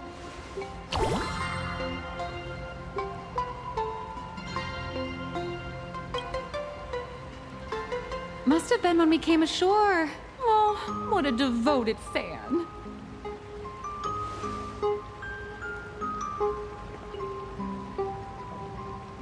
Everyone, welcome to Inkford Hermitage. I was imagining a Benzai Tengoku style manor or something. So you demolished your idol's old residence and replaced it with a luxury hotel. Of course not. Benzai Tengoku vanished more than 1,000 years ago. The original structure is long lost to time. The IPC only chose this location because this is one of the weakest points between reality and the world in canvas. Many Imaginae are born every day, but just as many ancient lineages of Imaginae hide themselves away in the world in canvas once their wish power dry up, or as they grow weary of the mortal world. This is the final stop before they enter the world in canvas, and this is where they bid farewell to reality. They rest here, organize memories spanning centuries, and then pass beyond the point of no return. Rumor has it that Graphia's soul appears from time to time to guide these weary Imaginae on their path. There's a sense of parting in the air. No wonder the soul of the mother of Imagenesis feels an attraction for a creator. This must be the finest well of inspiration. Miss Colt, now that you're in this well too, you ought to make the most of it. Let's go. I'll lead the way.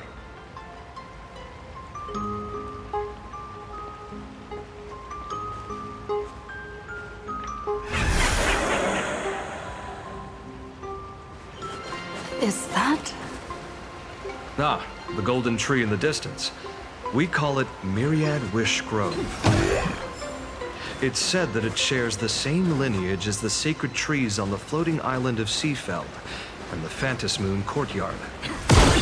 Before entering the canvas, the Imaginae go there to return their wishes, setting out unburdened.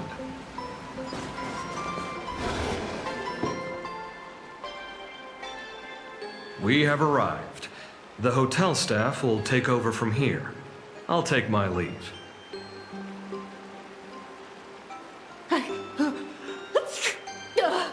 Oh, it's freezing. It's cold enough for a typical snowstorm mansion murder mystery. Anyone here? Here. Hello? Hello? Honored guests, my apologies for the late welcome.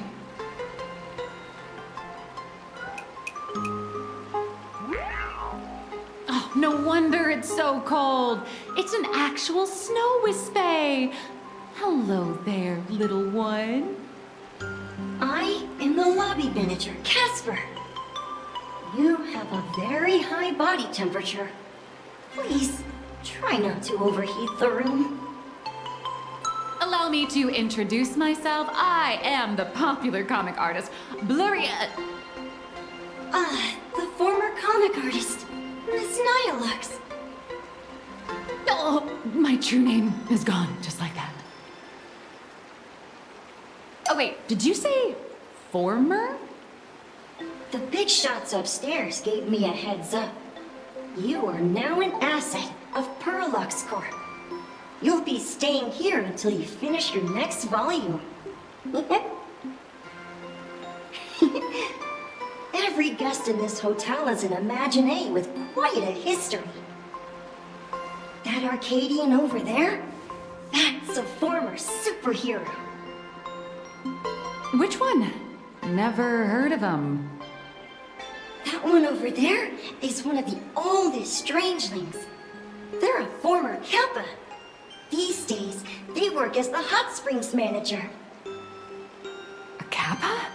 Didn't that lineage of Imaginé go extinct when the IPC first arrived? There are still a few survivors that slipped through the net. As for Casper and myself, I am a former frost giant.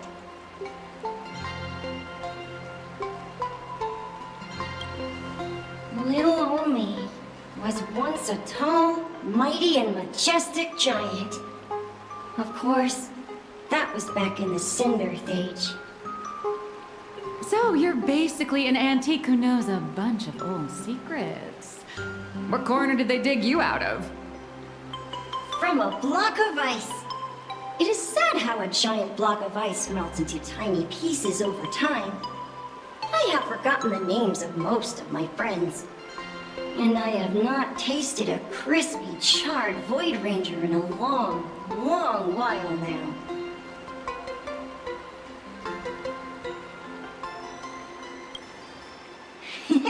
Indeed, another glittering nameless. Another? How's that? That is a secret.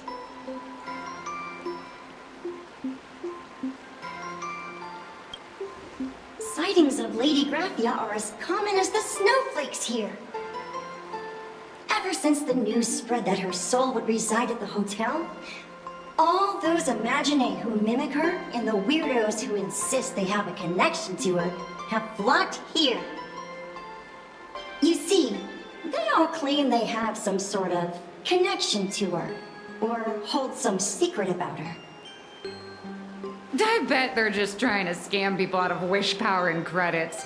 Just like all those people who swear they're AHA. You're not wrong. But whenever the higher-ups ask for a report, little old Casper here can always pad it out and hand over a long list of names. Nameless, good luck with your inquiries. Bye now.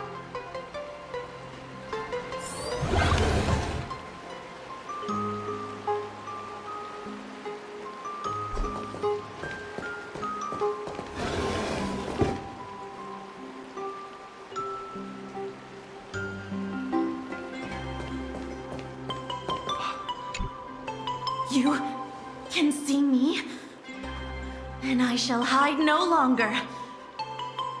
Indeed, I am Graphia, the sovereign of all paintings, the source of all schools, the mother who birthed all Imaginé. Unfortunately, my wish power is spent, and I can no longer weave my imagination arts.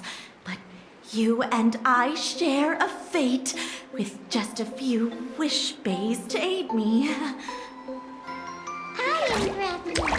If you're giving away wish bays, you should give them to me. No, I am Graphia. Does this red armor not make it obvious?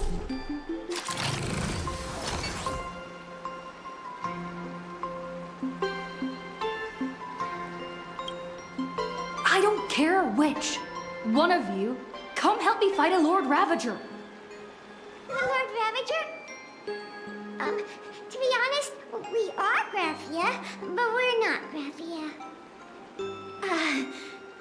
Simply put, we are Imaginae born from people's imaginations of Graphia. As for me, I was sketched by a rather unskilled illustrator for a history textbook, which explains why I look a bit rough. I am a wispy form from the concentrated longing for Graphia in Planarcadia. I am the armored goddess Graphia from the 52-episode animated series Apocalypse of Ashes, Mecha Wars. Care to witness my signature move? Dance of the Inkblade.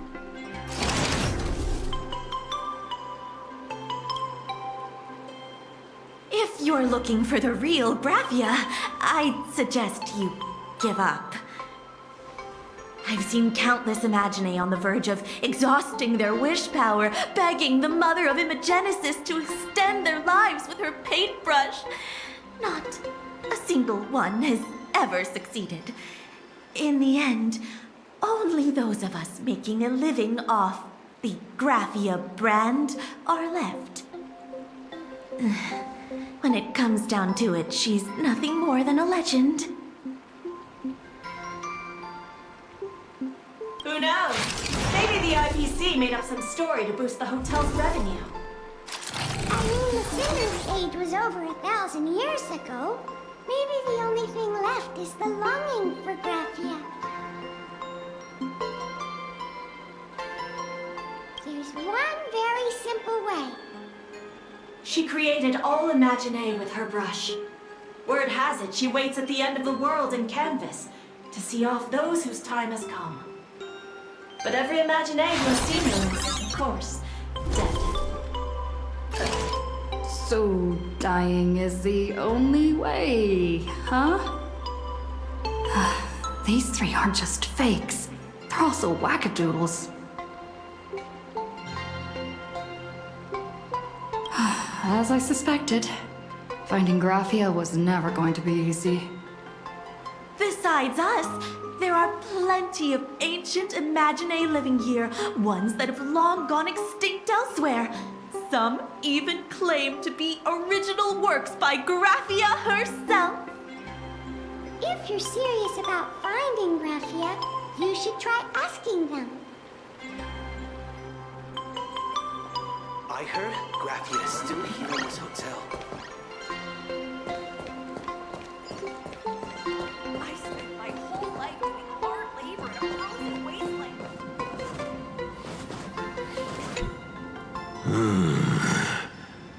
I sense more stray thoughts and disturbance in the water. The Imaginae of today are far too restless.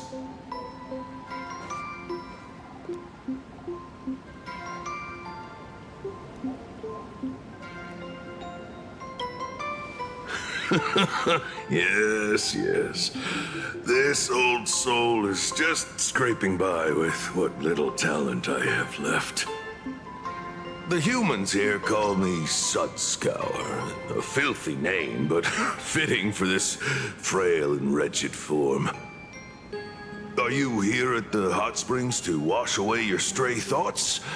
Or just to chat with the last kappa of Ahatopia?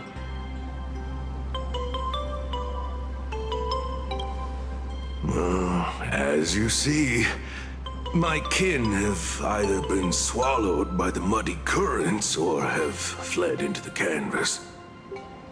Long, long ago, my people lived in every river and pond in Ahatopia. We tended the crops for the artists, and in return, they painted our descendants into existence.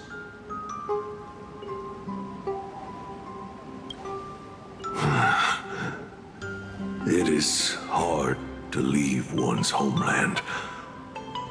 Even when my kin have entered the canvas, even when the waters here are no longer clear, and even when the new Plu tribe has replaced us, this is still my home. It needs someone who remembers the old days. As long as I remain, the Kappa line is alive.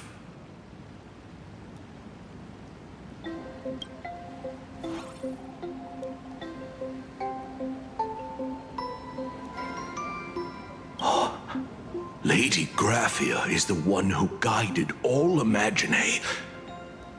Her name shines like moonlight through my dimming memories. Back then, the demons from beyond swept in like a dark tide. The filth and flames they brought could turn even the clearest stream into a toxic swamp.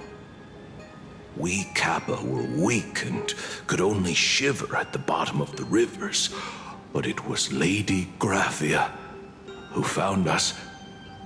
She encouraged us, saying that every drop of clean water held power against the darkness. She taught us how to use water to protect the displaced mortals and wash away those impure monsters. Though our impact was limited, that was the most heroic era for my kind.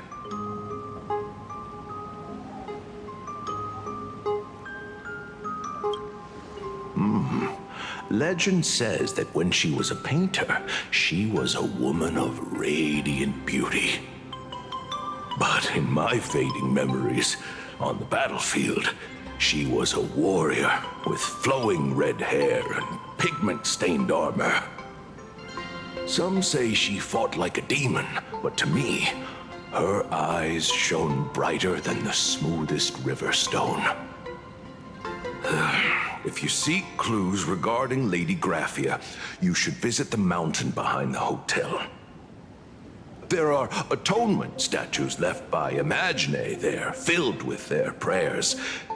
It is also the site of Graphia's former residence. Casper likes to wander around there. He is a strangeling far older than I. Perhaps if you play in the snow with him, he might show you the way.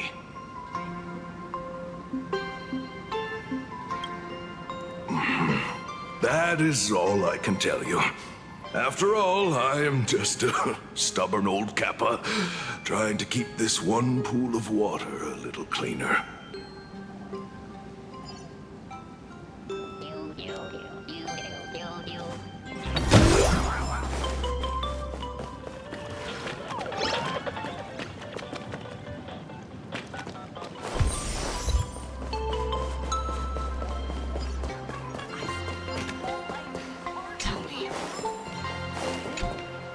So, you're here looking for Graphia's whereabouts on behalf of that Intellitron executive.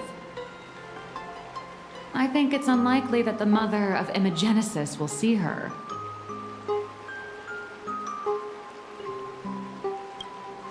If she wanted to see her, it would already have happened. The IPC has practically turned the world and canvas upside down. You know this, right? Over 140 years ago, they brought in hackers from Punklord and did everything they could to blast open the passage between reality and the world in canvas. I think disturbing her world in canvas like that must have upset the mother of Imogenesis.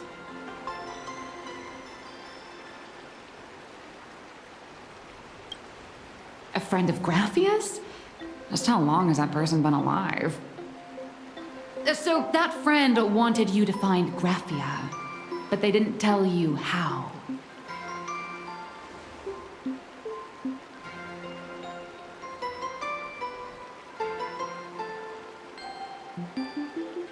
The only thing Evanessia left that could be a token is the mask she painted herself, right?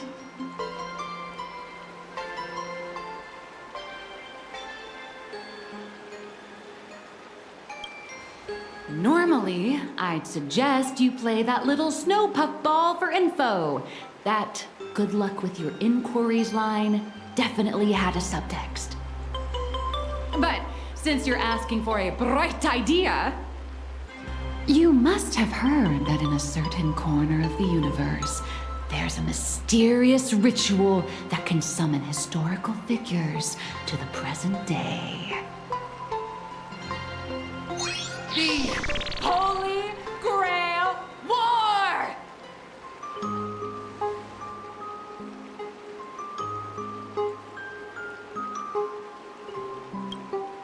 Oh, right! That was your big adventure in Penacony. Oh, how nice. hope Planarcadia holds one too. Then I don't need to explain the method. First, we need a catalyst. Do you have Graphia's brush or palette? Doesn't look like it. No matter, Miss Cult has got you covered. We use ley line resonance. This hotel is built on Graphia's former home. It still has a connection to her, like that vibrant golden tree.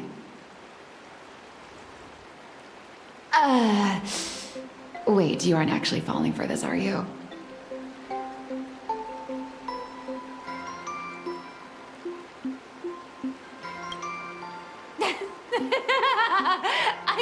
I was just kidding. Sorry. I was just trying to lift the mood. Oh, honestly, I'm a chronic deadline misser who can barely save her own skin. How am I supposed to help you? I've heard enough. Break time is over, Miss Nihilux. Now that you understand your situation, stop wasting time. Start drawing! I just checked in, and I have to work already? I'm not some fully automated painting Mechatron. You do know that, right? A Mechatron can run for hundreds of hours straight. You cannot. That's exactly why every second counts. Now right this second, start increasing your value as a quality asset. Hey, wait! This is kidnapping! Little raccoon, help me!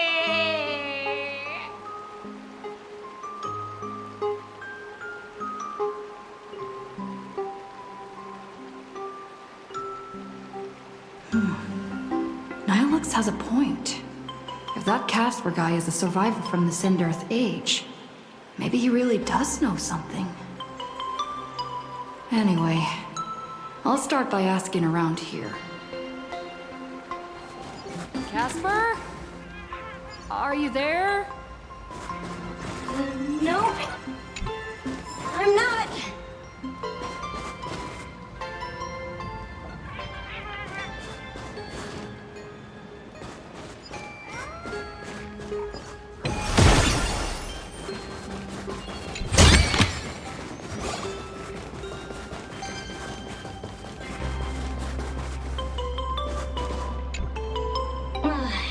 You found me, current nameless. I knew you'd come to ask about Lady Graphia. But if I try too hard to remember things from such a long, long time ago, my soft, squishy head starts to throb, and then I start melting. Drip, drop, drip, drop. So much of my memory feels like it's shrouded in a blizzard, and I can't see anything clearly. I'm sorry, but I don't think I can help you.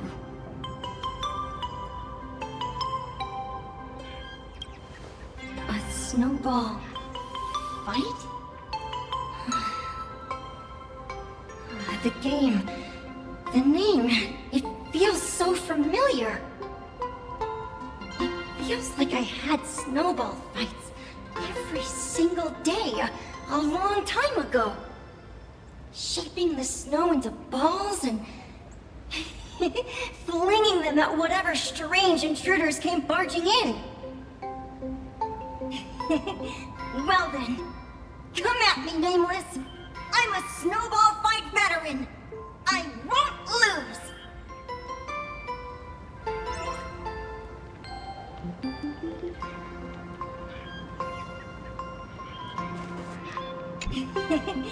Well then. It's snowing!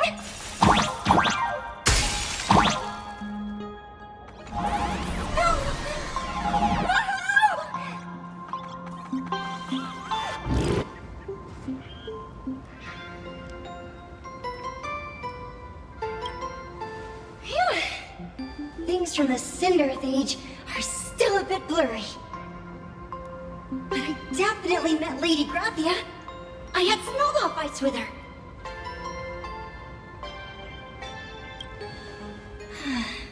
She was a great painter who led us in snowball fights.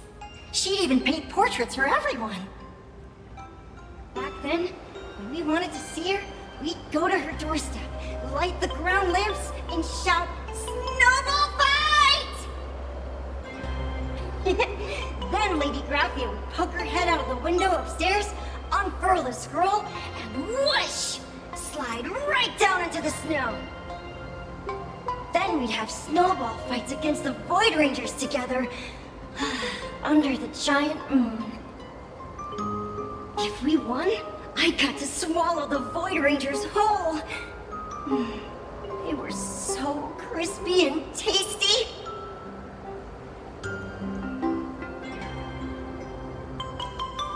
There was someone else. Just thinking about them makes my blood boil. He was a snowball fight master. I remember one time 8 of us teamed up to challenge him. But that guy knocked us all down with his snowballs like it was nothing. All from so far away. 6 of my friends were lying on the ground feeling beat. Losing the game got everyone so down that no one uttered a word. As for me, I think I got hit right in the neck. I saw my own giant body thud onto the ground, and my chin felt ice cold. 8 people? In the Phantasmoon games? Perhaps Snowball Fight is a euphemism for the Cinder-Earth Age Wars? So, in that round of the Phantasmoon games, Graphia must have fought a terrifyingly powerful opponent. It seems only she and Casper survived the fight.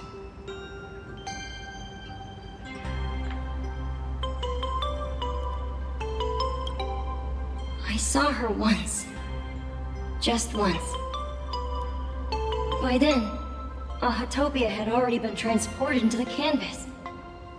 It was so quiet and lonely. I couldn't find my other 6 friends, but I remembered where Lady Graphia lived.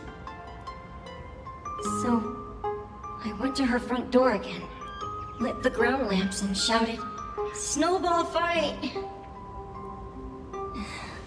It felt like only a second had passed. Just the blink of an eye, yet somehow it also felt like forever. At last, I saw her drift out.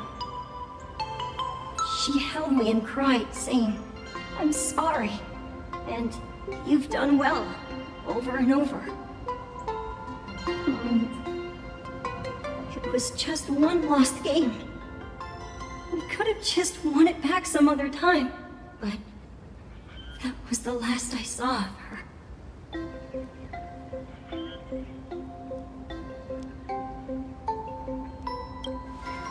I only shared some memories of a snowball fight. If it helped you, Nameless, then I'm happy. That's about all Casper can remember. If you're still up for fun and games, come find me for another snowball fight sometime.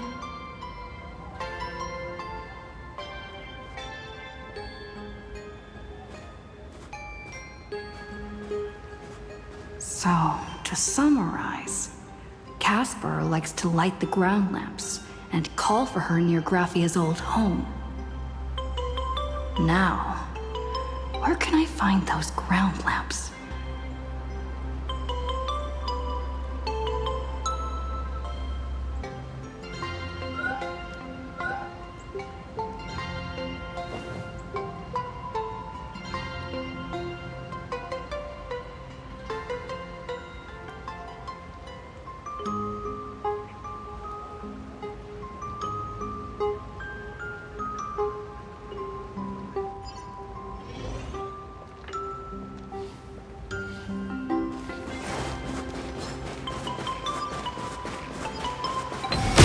Even next to such a lively hot spring hotel, there's a secluded mountain path like this. Oh. These atonement statues all look like small animals. I should find a prominent spot for the ground lamps.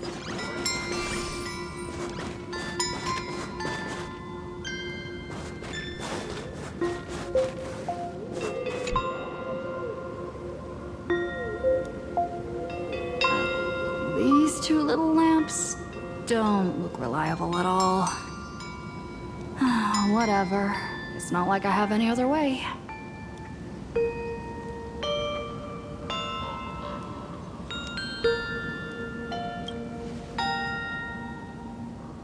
Who dares disturb my 1,000-year slumber?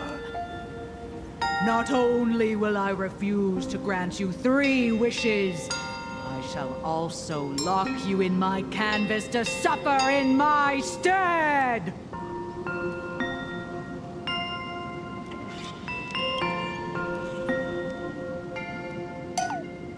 Thanks for the invite. I'm not quite dead yet, but I don't feel alive either.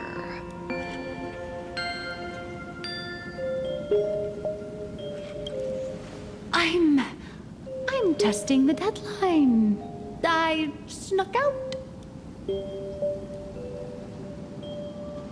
This mountain path is so quiet and secluded. Ooh, what a great spot for a night stroll, listening to the calming sound of the springs. Who knows? Maybe my inspiration will flow again like these waters.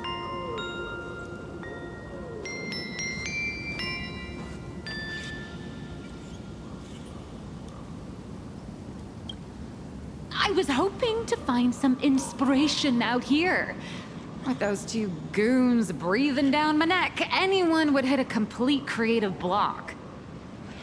Look at this old stone statue! Ooh, doesn't it look like Hemicat? I just reached the real versus fake Hemicat arc in my comic. Let me pay my respects. Maybe Graphia will bless me with enlightenment. Miss Colt, when did you sneak out? That was fast!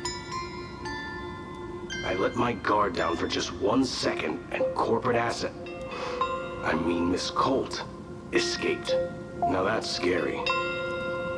No way are you running away and taking our jobs with you.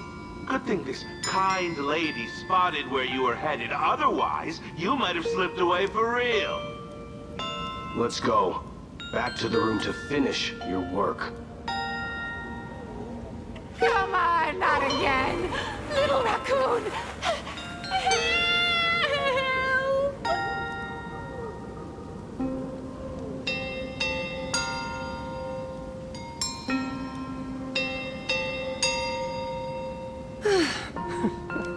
Being an artist sure is grueling.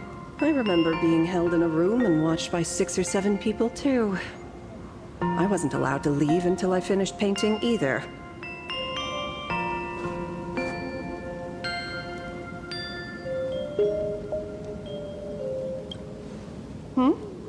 You're asking me? Weren't you the one searching so desperately for me? My name is Murata Graphia, guardian of the world in canvas. It is a pleasure to meet you, nameless of the Astral Express. You're saying you are Graphia? Huh. She really does look a lot like Himiko.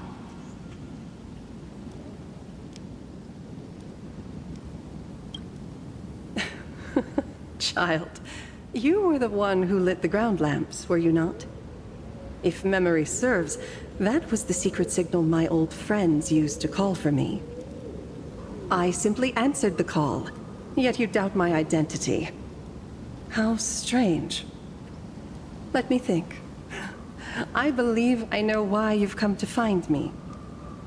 The arbitrator of the Phantasmoon Games asked you to tell me that our old enemy, the Demon Lord from Beyond, has returned. Am I correct?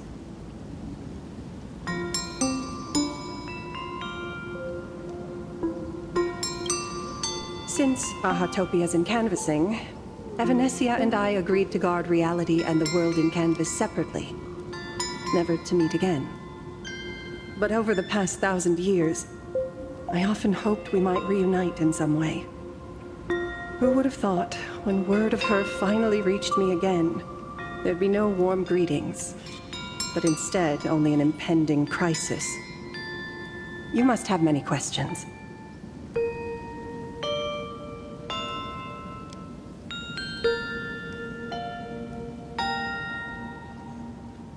My, you certainly have a lot of questions. But before I enlighten you, during the Sindirth Age, that demon lord from beyond once took the form of a friend to infiltrate the Resistance, causing catastrophic casualties. I must confirm your identity, Nameless. Do you carry a token from Evanesia?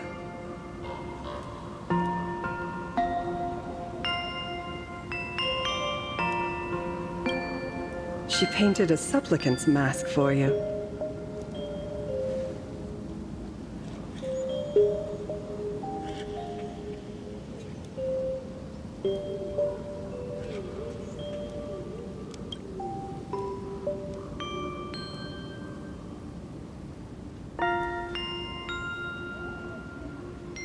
The secrets you seek are many and tangled. Perhaps I should start by telling you a story. 1,000 years ago, the legions of the demons from beyond descended upon Ahatopia, marking the beginning of the Sindirth Age. For the destruction, taking a life is easier than brushing aside a feather. Among the countless victims, a baby girl was saved by a painter from the brink of death. He took her in as his daughter and named her Graphia. To protect his daughter, the painter kept her confined to their home.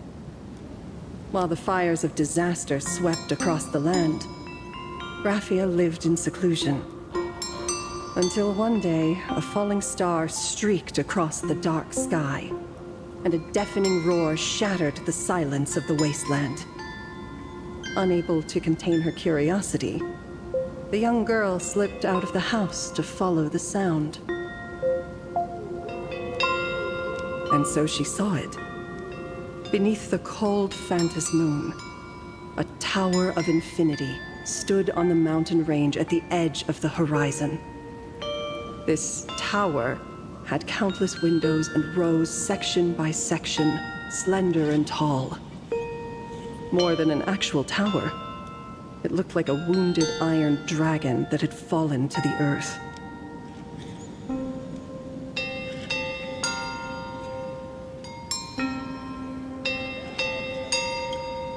Indeed. That tower, which stood only for a moment, was the crashed Astral Express. And Graphia's family name, Murata, came from the wondrous sight she saw. At the time, the wrecked train was surrounded by countless abominable monsters. Amidst these foul enemies, a few warriors in strange attire fought tirelessly. But they fell, one by one, unable to withstand the endless tide of monsters. It was only much later that Graphia understood that those who fought and died for Ahatopia shared a common name. The Nameless, who walked the path of the Trailblaze. That was the day that Graphia stepped into the mortal world. Her life as the mother of Imogenesis began.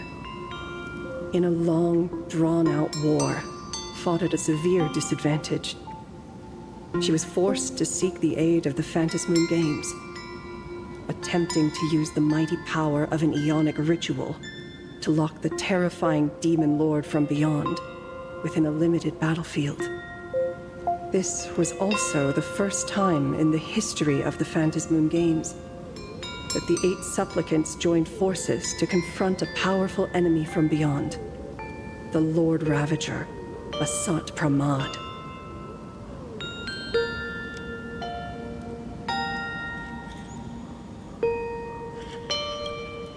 She lost. Graphia did not win the Phantas Moon Games, nor did she manage to kill Asat Pramad. In the final days of the Sindirth Age, she gathered every ounce of wish power to paint the world into a scroll. Using herself as a nail to steady the canvas, she sealed the Lord Ravager outside.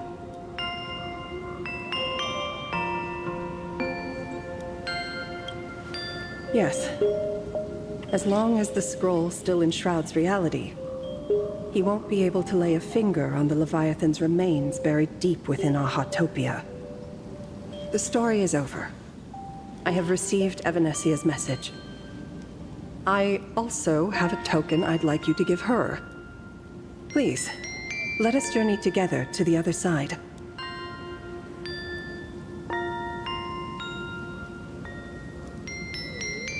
So, are we leaving right now?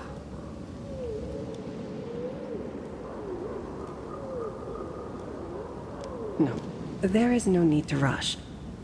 You have a friend here who is lingering with a heart full of farewells. You mean... Blade? Follow this path down to the riverbank of Myriad Wish Grove. You'll find many Wispe gathered there. When you are ready, choose a Wispe. Whisper Graphia's name and your wish to cross over to the other shore. Then release the Wispe into the river. When the time comes, I will bring the ferry to deliver you into the canvas.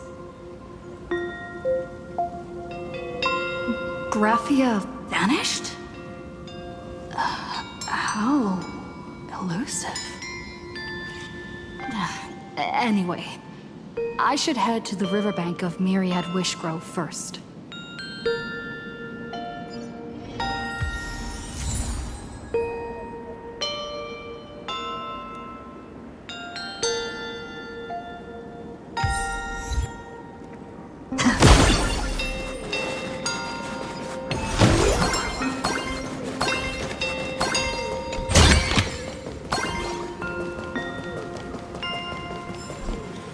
I've heard that in the same forest, giant trees will fight each other for nutrients. How about this? We just feed Shuhu to that tree in the courtyard. It would save us a long trip. Say something. Didn't know you were a forestry expert. I'm not joking. I'm serious. If the Elwood absorbed another emanator of abundance, it would likely bring about an even greater catastrophe. Right now, there is no other option besides the Veracity Husk. If the abundance grows too strong, the ambrosial arbor loses control, and the Arcadia is doomed. If the abundance is too weak, the husk spirals out of control, and the Arcadia is doomed just the same. It's called an Arcadia, but the whole thing is built on a razor's edge. Does that mean the essence of the elation is just dark humor? You're afraid. I'm not. I respect your choice.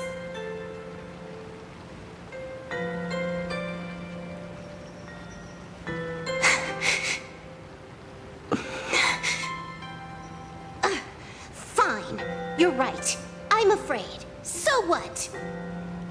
You don't think I know what that Xianzhou person meant? 1 in 10 chance? There is no chance at all. Listen, I just can't stand by and watch one of my kin sacrifice himself. Kin. What else? Friend? Colleague? Playmate? The guy who carries my bags when we go shopping? I suppose all of those fit. Fit? How? Sometimes I can't tell if you're actually dumb or just playing dumb. I hear you. Just assume it's the former. Simpler that way. My mind is made up. You should understand. Misplaced emotions will only cause the mission to fail. You really are just playing dumb. To be honest, I'm the same way. If I could see Firefly cured of her illness, Kafka finally finding the heart she's looking for, and that girl reclaiming her future, then I'd be willing to pick up that level 999 cartridge too, even if it means becoming nothing but a shadow of the Dark Zone. Don't. At the TV tower, you already severely overspent your time. Don't touch that thing again. Besides, why are you telling me this? You should tell them yourself.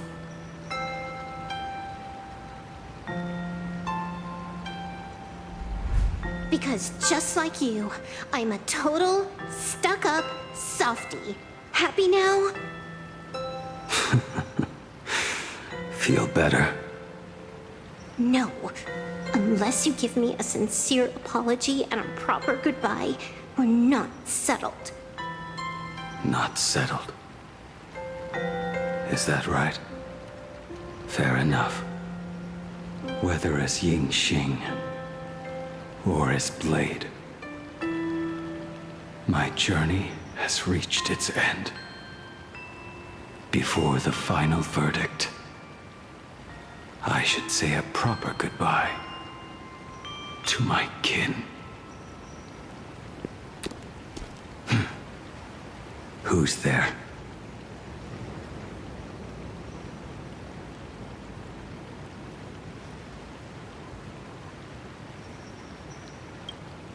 Next time, it'd be better if you didn't try to sneak up on us like that. I knew you would come.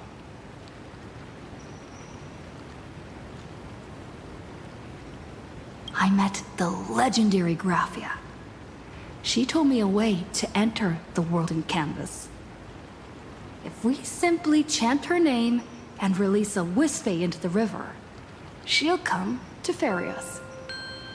A legend from 1,000 years ago.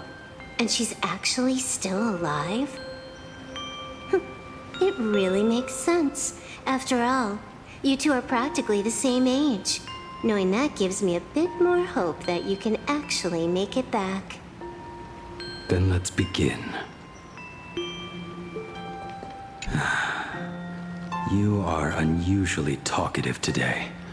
Are you trying to buy time?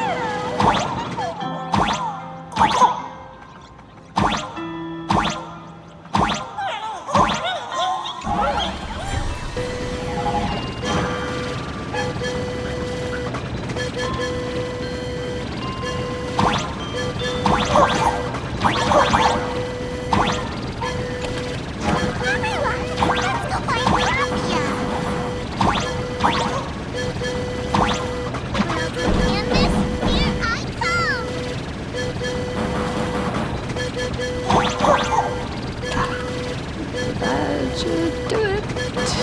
Right?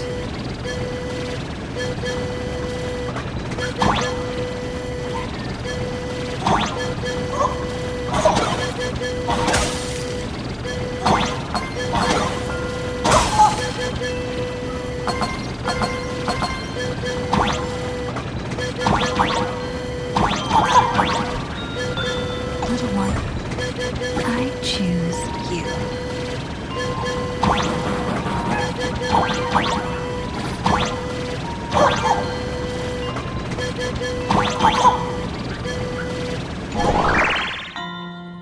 I summon Graphia, mother of Imagenesis. May she come forth and deliver us into the world in canvas. No Wispe were harmed in the making of this operation.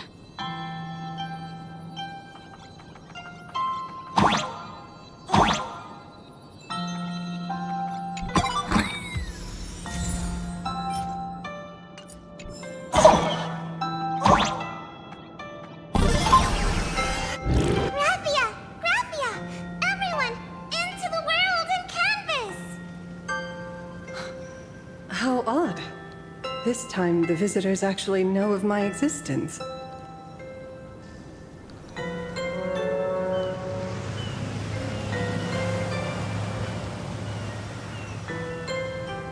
Strange. Why is the boat coming from downstream?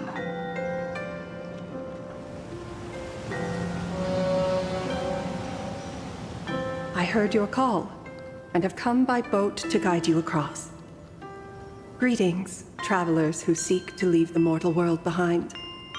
It is a pleasure to meet you. Oh? Not an Imagine, but someone here to settle the past and family members seeing them off? I guess so.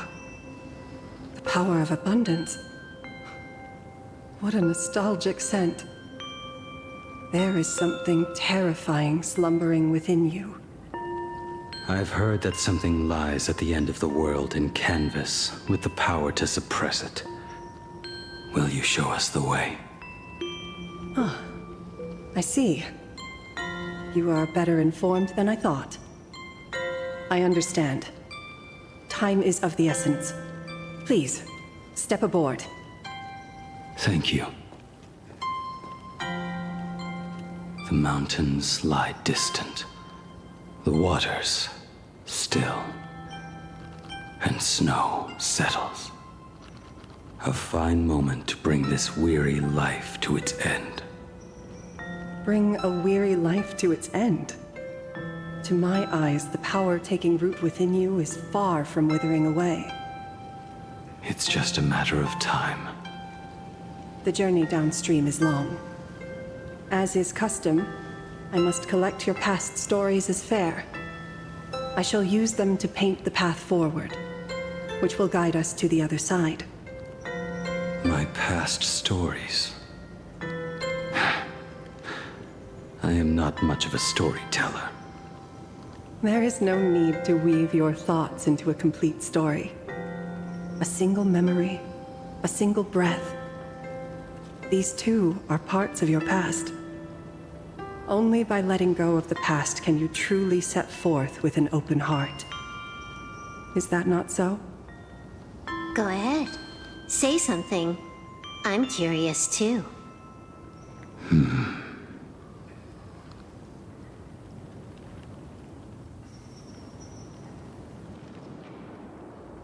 Then, I shall begin with that lone island of Insumosu. It was a desolate wasteland, untouched and forgotten. Desolate, cold. The perfect place to lay the dead to rest. I planted rusted, broken blades in the wasteland as a mark of my departure. Little did I know that even after joining the Stellaron Hunters, I would find myself returning there time and again, bringing along a few new swords with me. Their owners, some of them sought my life, only to fall by my hand. Others simply wished to see me one last time, as their own lives flickered out. I was once a craftsman, and those swords, they were all my own creations. I erased those wordless monuments for my old friends, one by one, until they became a forest of broken blades. And what about me and my sword? When will it finally join them in that forest?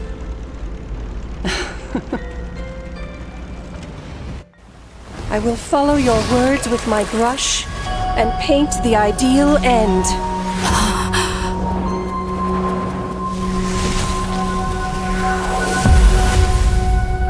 Sword barrier. We've reached the shore you've been seeking. What is this place? This is the world in canvas. A mirror to your soul, blooming as your heart dictates. May this meadow be everything you wished for. Superb artistry. And yet, I thought you would paint the desolation within me instead. Desolation? I saw no desolation in your story. Instead, I found the lingering regrets of a master craftsman. The fire that tempers black steel and shapes 100 blades does not burn upon the forge or anvil. It burns within your heart. That spark within you has yet to fade. It is why this plane has chosen to bloom into flowers. We've got no clue what you two are on about with all this cryptic talk. But you smiled just now, didn't you? No, I didn't. We should go.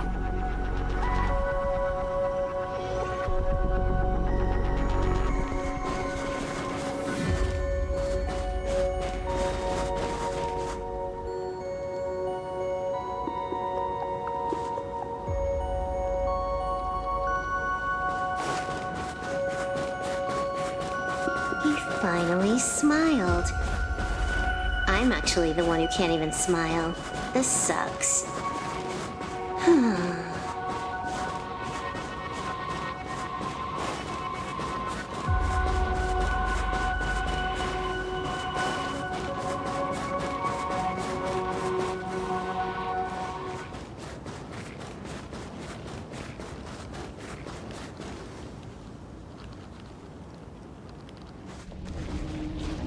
We have reached the end. That blue maw. So, this is it. Correct. Driven by the buried secrets of Ahatopia, you have come seeking liberation. And now, I have shown you the silhouette of the beast's maw. If you should find a way to get out, I ask that you swear to keep this secret.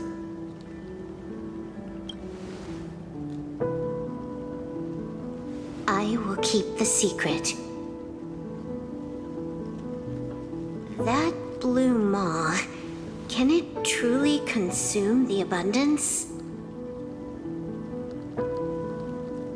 Only a beast of insatiable hunger can end a plague of eternal growth.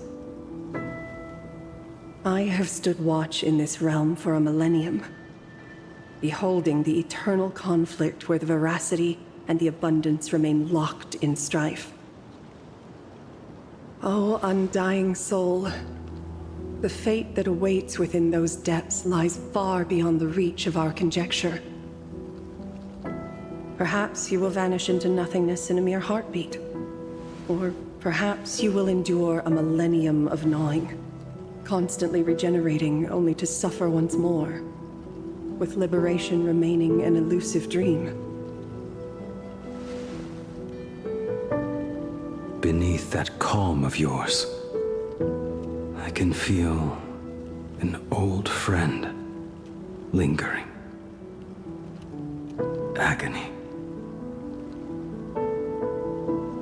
This is the price I must bear for becoming one with the canvas. You're telling me if he leaps, he has to stay down there and be torn apart for ages? I'm not okay with this. Yao Guang never said anything about this when we went over the plan. I have lived for nearly a millennium.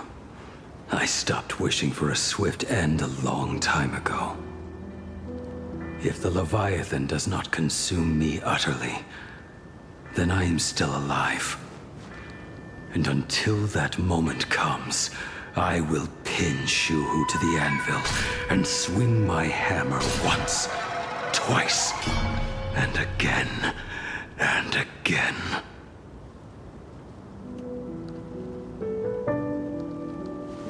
Is there really no other way?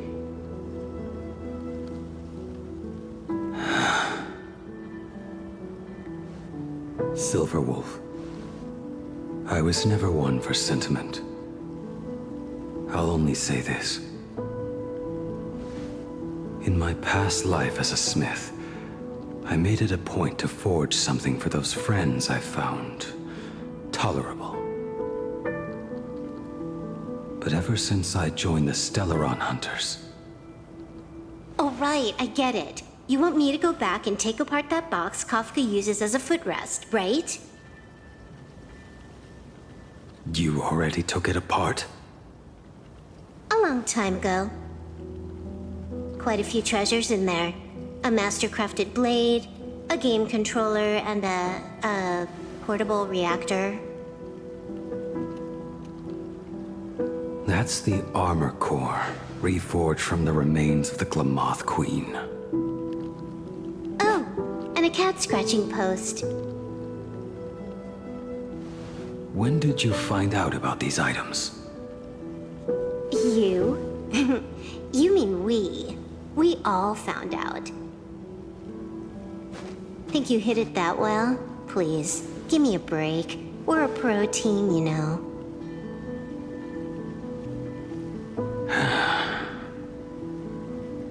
Just split it among yourselves. Consider it a keepsake.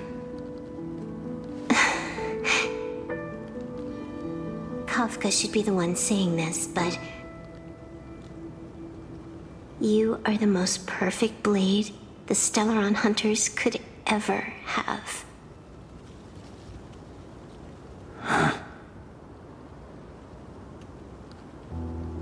Just a broken blade.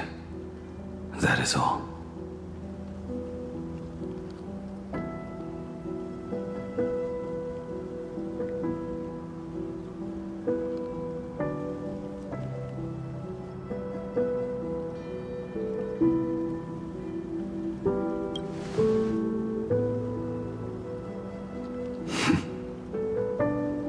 Thank you.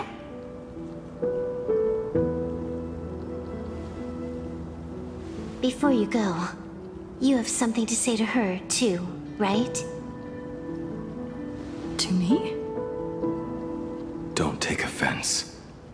It's just a few words. Before joining the Stellaron Hunters, I once lost myself. Unable to see the future, yet unable to reclaim the past. Just like you when you were first reborn. Whether we chose this path, or were forced onto it. Leave no room for regret. And never deny the path you've traveled.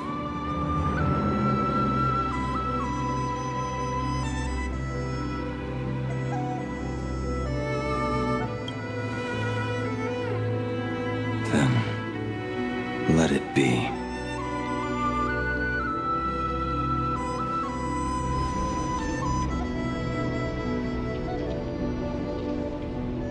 It's time.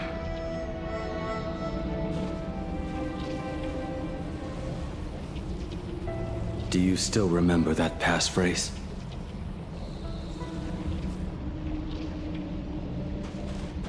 No need to step forward.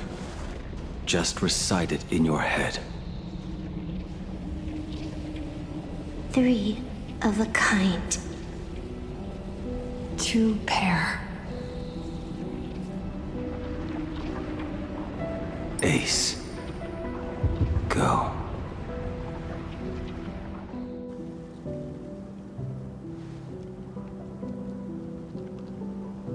Farewell.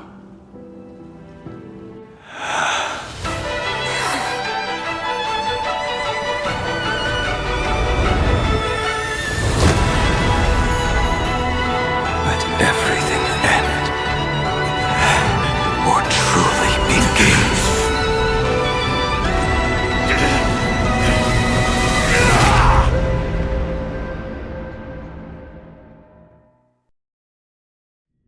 In the final moments of your life, what will flicker through your mind?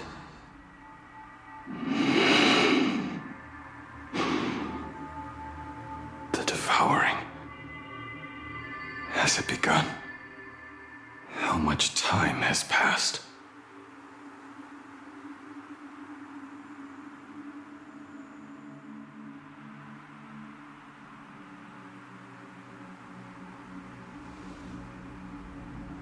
sea of clouds. Ambrosial arbor.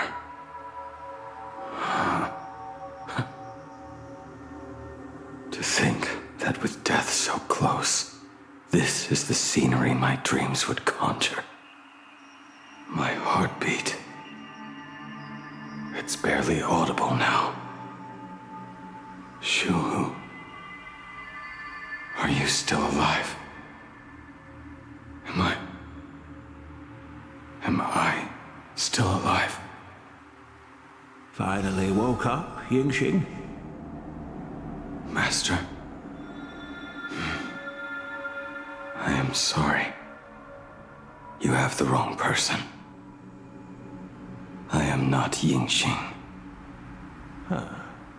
A lad your age, yet your head is more muddled than mine. You're talking nonsense in your sleep, boy. It has been ages since we last met. Tell me, have you let your craft go to waste? Your master wishes to see what you can do.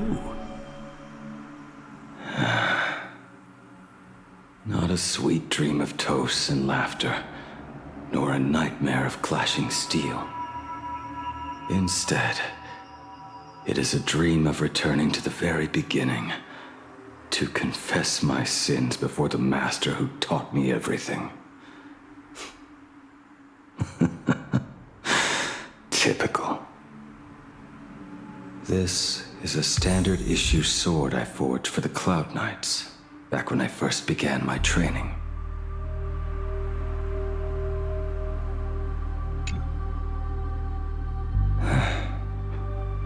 Looking at it now, it is a crude piece of work. Senior Frater, are you truly from a short-lived species? Why do you ask? I mean, no offense. I just wondered, why would you come all the way to this Yanzhou to learn the craft? My home became a grazing ground for those boars and beasts. My parents, they're fertilizer. Unlike you, I won't live to see them wiped out. But my blades will. Look at this blade. Fresh from the forge today. I made it. That is so cool! Stop flattering me. This is just a standard issue sword for the Cloud Knights. According to the template, its name should be New Blade 01. Senior Frater, how could you so thoughtlessly name your own creation? The very first assignment Elder Huayan gave his disciples is, what defines a blade? He always says a name carries the weapon's destiny. A lone cloud drifts. A crane departs the woods. Let's call it Departure, Junior Frater.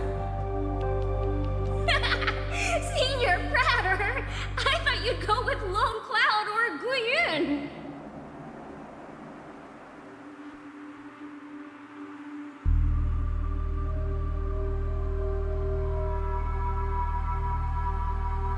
Look at this blade.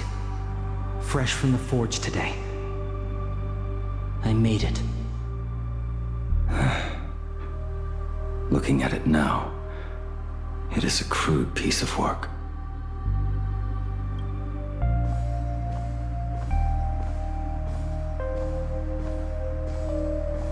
Bai Hung, and that bow I forged for her.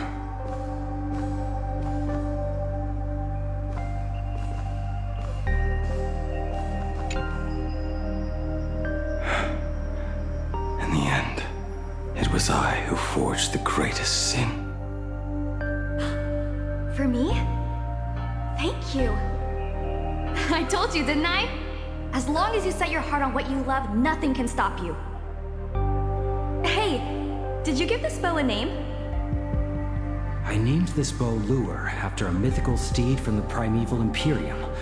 Legend says it was one of the Emperor's finest mounts, a divine beast that could tread over any chasm and lead its master back from the brink of death. How did you get so off track? Why pick a name meant for a horse? That won't do. It does not suit me at all. I'm gonna call it Recurve Bow. That sounds terrible. It's like my mother naming me Human. At least change it to something elegant like Winding Stream. Fine. Have it your way. Look at you! Skilled with both the pen and the sword. You really should not be trapped in this flame wheel forge for the rest of your life. Hey, perfect timing! I have a few friends getting together on the Lafu. Wanna come along? Staying in a single place your whole life. That won't do.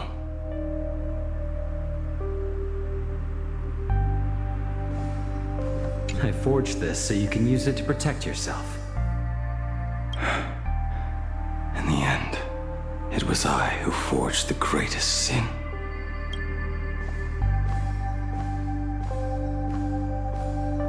Jing Yuan's Devastator Glaive. The weapon I promised to forge for him all those years ago.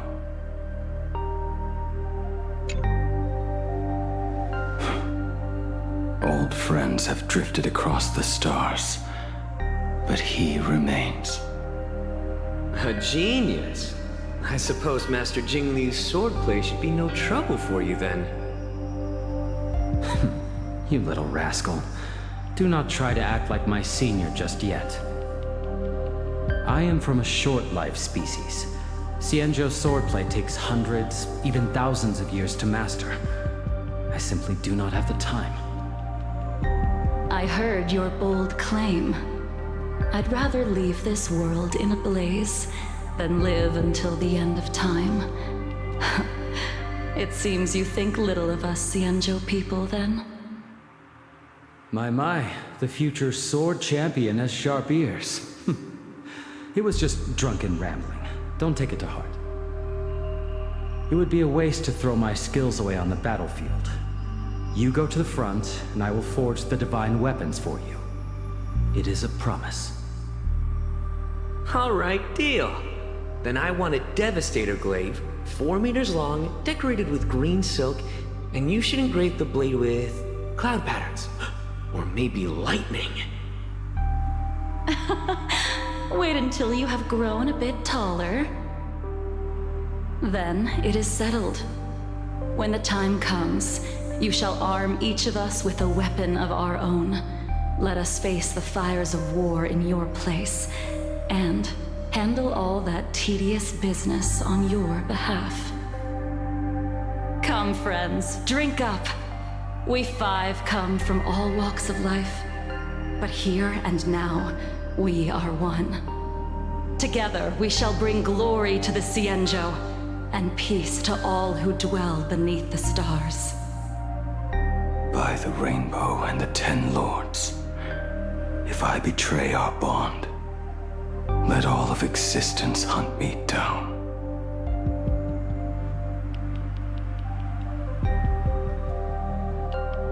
It would be a waste to throw my skills away on the battlefield.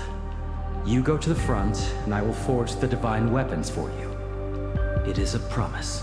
By the rainbow and the 10 lords, if I betray our bond, let all of existence hunt me down.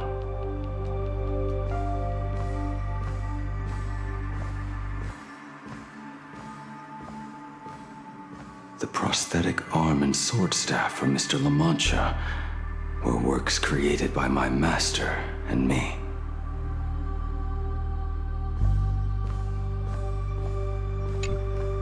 He came to visit me even after I was cast into the shackling prison.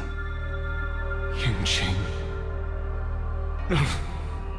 Yingqing. How did you end up like this? The shadow has tasted the flesh of abundance within you.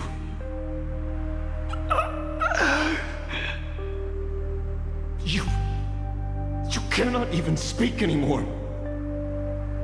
Yingqing, look at me. Lift your head. It was only thanks to you and your master that the shadow of veracity was sealed. I owe you both a debt of gratitude. So I have but one question. Do you want out? If so, just nod. There is always a way out. Just give the word, and I will carve a bloody path to get you out. Right now.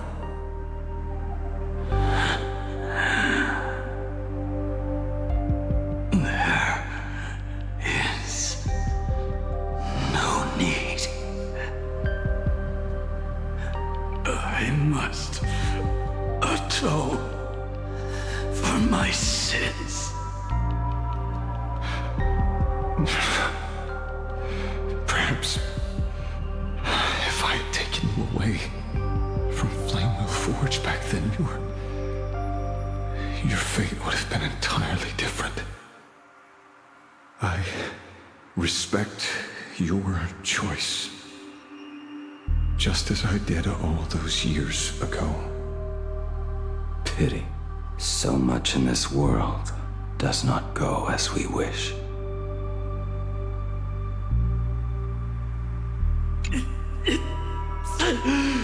It was not meant to be like this. Pity. So much in this world does not go as we wish.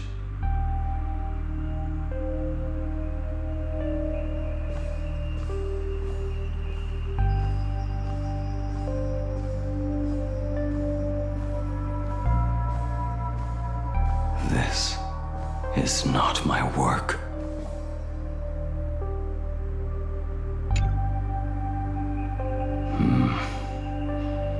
This was where my life as Blade began. So you're Blade. You sound like quite the expert on swords.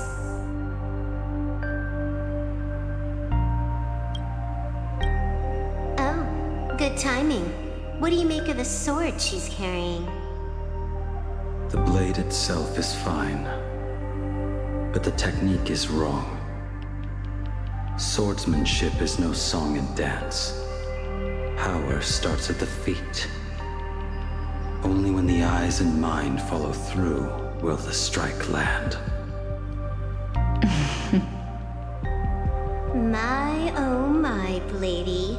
You really are the ultimate blade critic. Since you have so much to say, Master, why not forge a legendary blade for each of us? I put down the hammer a long time ago. My hands cannot do what my mind wants anymore. Fighting with a weapon that does not suit you is just a quicker way to die.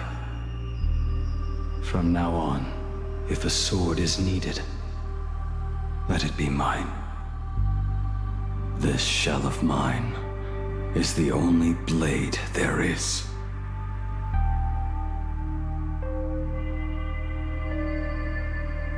From now on, if a sword is needed, let it be mine. This shell of mine is the only blade there is.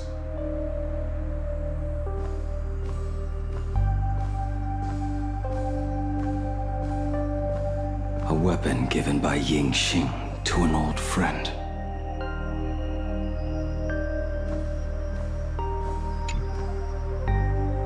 But we are no longer who we once were to each other. Who I am does not matter. What matters is, do you remember this weapon? I don't understand what you're talking about. All that happened. You think you can just walk away from it all?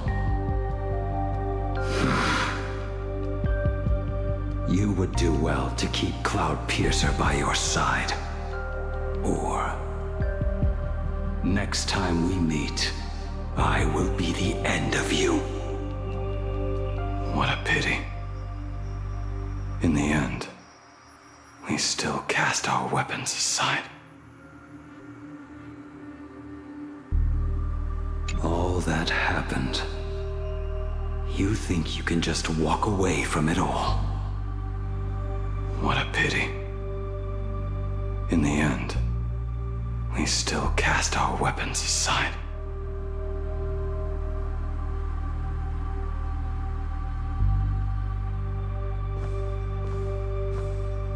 Apprentice, come here. Finally. Is the end in sight?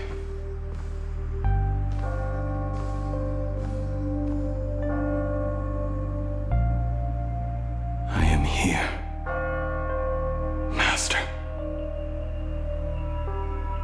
Good. I have waited a long time for you. You have seen every blade I have forged in this life. Fine work. Somewhat flawed, perhaps, but their edge is undeniable. The marks of a true master. Gazing upon the weapons I forged in days past, I can only feel a surge of endless regret. The hammer falls and cannot be undone, yet I have spent my life taking one wrong step after another. I betrayed my friends and broke my oaths. Even with these divine blades, I failed to protect those I held dear. My hands are stained with blood. I loathe the reflection it casts back from my blade. But what weighs heaviest on my soul is the debt I owe you, Master. In this life, I fear I will never have the chance to repay it.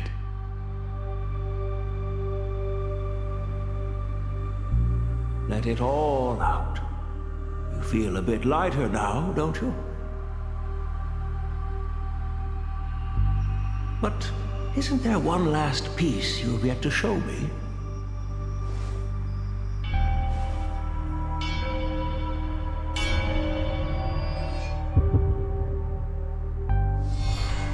It is yet to be named, has it not?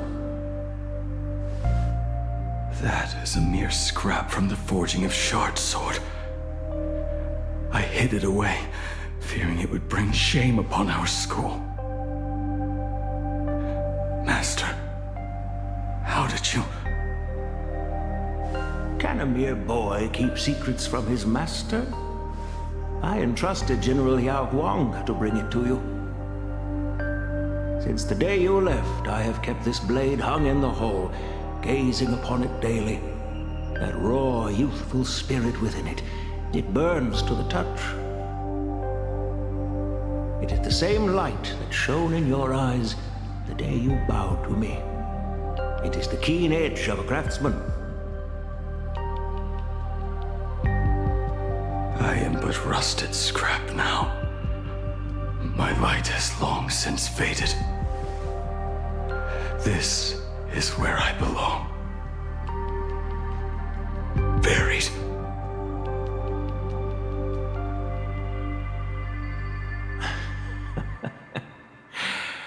Crushed ore, old materials, rusted iron. As craftsmen, we spend our entire lives in such company. Waste not the bounty of the world, but perfect it through craft.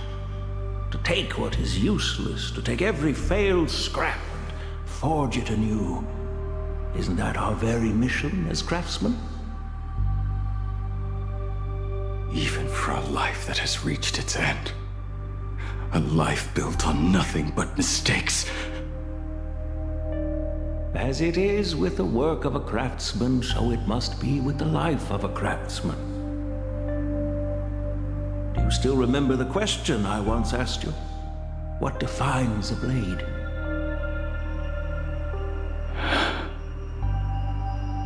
The answer already lies within you. Go now and forge it anew.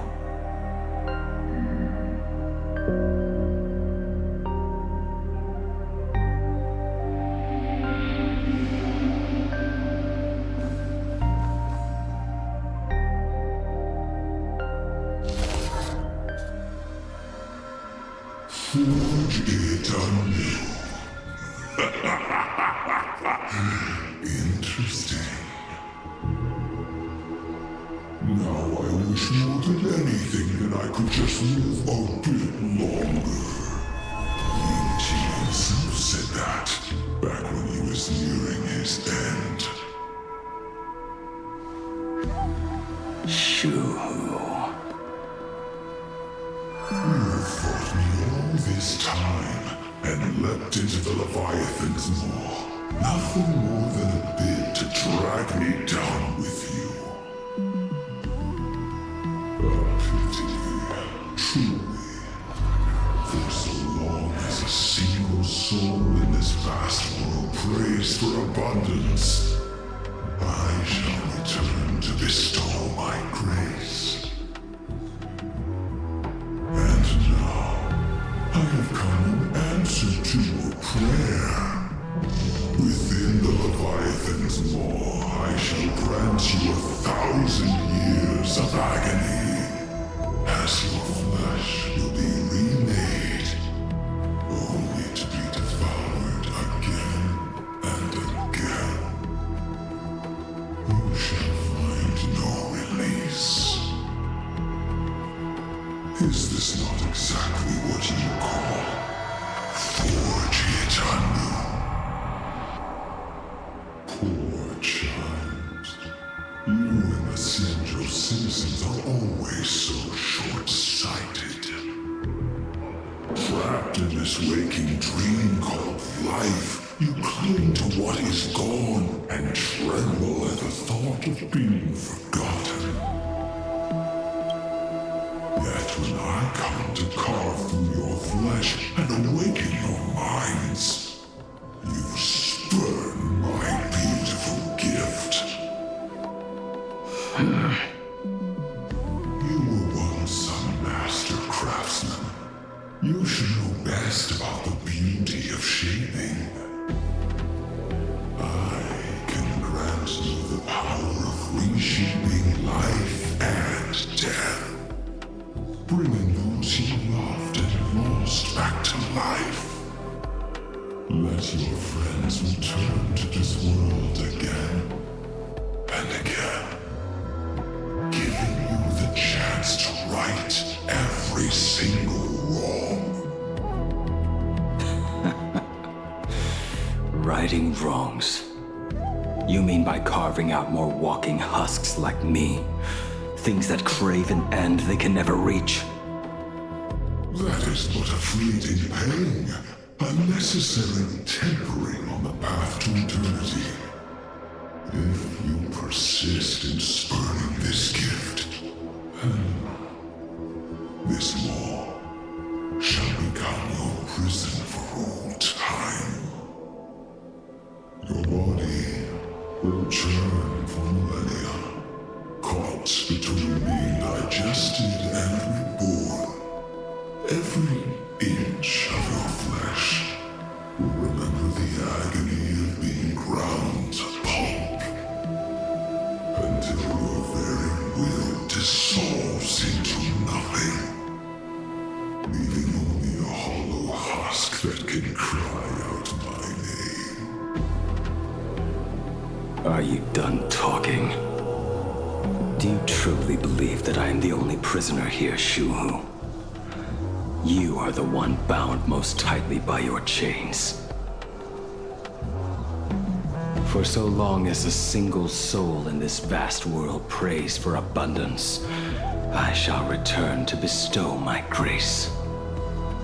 You are nothing but an echo of them, a slave trapped within your mission of compassion. You mock our obsessions. You are Yao Shu's most pathetic prisoner. Are you trying to provoke me? No. I am pronouncing your sentence. I never dove into this abyss for the sake of a mutual end. I came for forging. As long as you cling to life, you must keep reshaping this body to fight back the gnawing from the veracity. And that struggle is exactly what I want. Let the maw of this eon husk be the furnace. Let our undying flesh be the iron. And let death, 1,000 times over, be the hammer. Right here, I shall forge and recast you again and again. Not to destroy you, but to create a cage that can hold you prisoner for all eternity. And the thorns of this cage shall forever be aimed at that savior who branded you with your mission. Yaosha, are you ready to turn your vengeance against your god?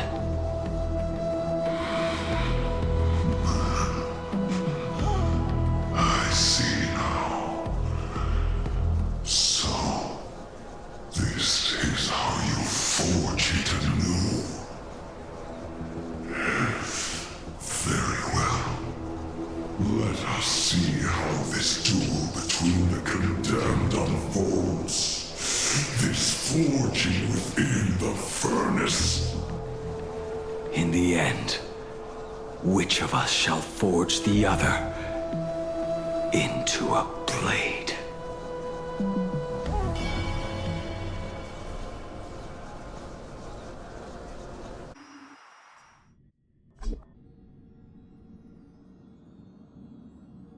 When reunited with family after a 15-year separation, 22% of organic life forms will weep and embrace, whereas 59% will exhibit indifference or outright rejection. Yet, choosing to conduct a covert investigation instead is entirely unheard of. You harbor suspicions regarding Mr. Ryusuke. Why is that, Miss Himiko? Before Star Rail Fest began, I stopped by his office to look for the family's records on the Phantom Moon games. Out of concern, or perhaps curiosity, I leafed through his portfolio. The artwork was magnificent, with each piece serving as a microcosm of a different planet. That was when it suddenly dawned on me. 5 of the worlds he captured in these paintings are now gone. Lost to the fires of war waged by the Antimatter Legion. Just as you suspected, Mr. Ryusuke's travels have been highly suspicious. In the year 1969 of the Arcadian calendar, he traveled to the Delcor Ring to sculpt a statue for the Doctors of Chaos. 2 years later, the IPC received word that the last local resistance group had rejected all aid and launched a suicide charge against the Legion. Also, in 1984 of the Arcadian calendar, he traveled alone to the planet Goliath's Shepherd. After a century of resistance in the fires of war, the planet was officially declared dead 9 years later. Both incidents point back to a single culprit. The Lord Ravager Asat Pramod. However, there is also evidence suggesting that Mr. Ryusuke was still in Planarcadia when Asat Pramod appeared. Additionally, the IPC recovered a commission he received. It read, "Please carve a trace of our lasting glory, just before the world meets its destruction." He accepted the commission, even though he knew the Legion had surrounded the planet? Legends of the Graphia clan abound within Planarcadia. To this day, many believe the Weathering Curse is a scar seared into your very bloodline from Graphia's struggle against the Legion.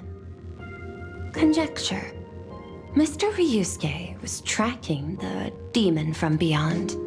He likely believed that finding him was the key to breaking the Graphia clan's curse. Any other conjectures? There is another possibility. Please forgive me if this sounds out of line. There is a 52% probability that Mr. Ryusuke was being used by Asat Pramod. He might have even chosen to work for him. I'll have a word with him. I'll leave it in your hands, Miss Himiko. Dad? Do you have a minute to talk? I do. I'm 1,000% free for you. What brings on this surprise call for your old man? I was worried you were too busy, so I didn't want to bother you these past few days. That foolish didn't hurt you, did she? Actually, what am I thinking? A mere herald of death is nothing to my Himiko. You probably handled her in no time. And that kid is something else too. I'm telling you, everyone at school is a huge fan of the Astral Express now. 15 years. The blood-stained games are finally over. And this time everyone survived. It's time we sat down and talked. Just as father and daughter. Huh? Am I dreaming? My little girl actually wants to have a real talk with her old man. Well, I don't care if I heard you wrong. I'm taking this to the bank. Praise the Astral Express. Praise Hakivelli. Give me 10 seconds. No, make it 8. Your old man is on his way. There's no need to rush like that. Love you, kiddo. I should have seen that coming. Himiko, open up. It's your time. Himiko, come over. Tell me more about this.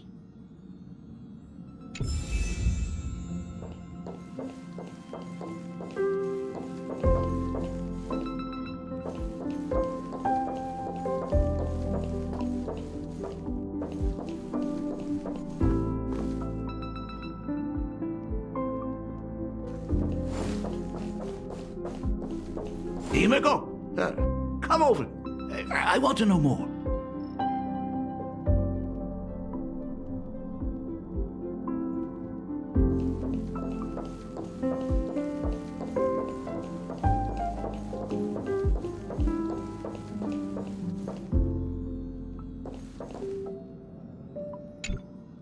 I originally planned for us to meet at the school, but since you're already here, let me show you around the Express. Oh, I would love that.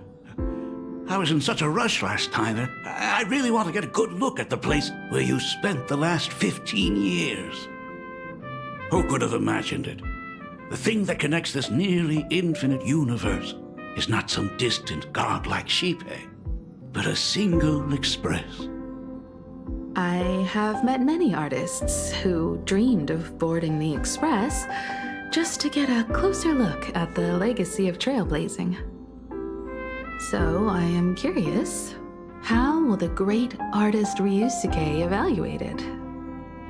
Me? Well, I'll give it my all. I was only joking. There's no need to be so serious. There's actually so much interesting stuff on this express.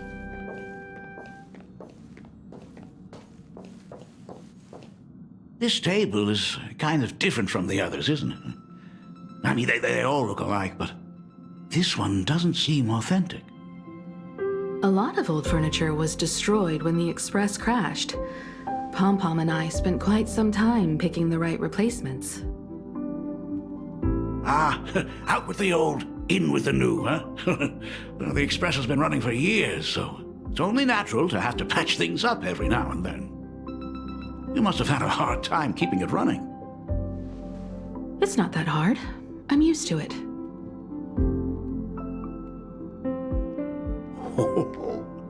Just as I thought. The Astral Express looks amazing inside. These chandeliers. The designer used the skeleton of a void song whale as a reference. They say it's been here since Dolly's days on the Express.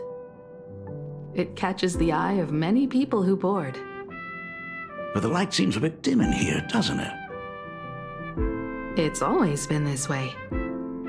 Oh, have you tried swapping in a polarized conductor? Or rinsing the light units in an alkaline solution? Are you an artist or an electrician, Dad?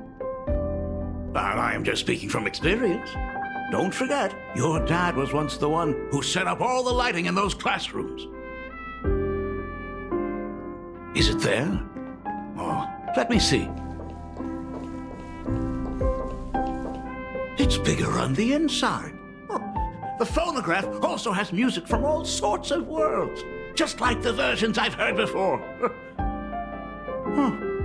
It's a shame I didn't get to see the legendary infinite ice cream machine. Dad, you actually believe something like that exists? I thought only kids would fall for it. A long, long time ago, such a thing did exist on the Express. When the Express passed the desert planet Talon, Granholm left the machine there. Now, it has become a popsicle planet. Conductor! Long time no see. Your fur looks a lot smoother than last time. Really? Thank you very much. Hey, my daughter Himeko finally opened up to having a heart-to-heart with me. What a special moment. Pom-Pom will leave you to it then. They say family is one of the most precious treasures. Pom-Pom believes we should cherish them. See? I told you. This time, Dad wins.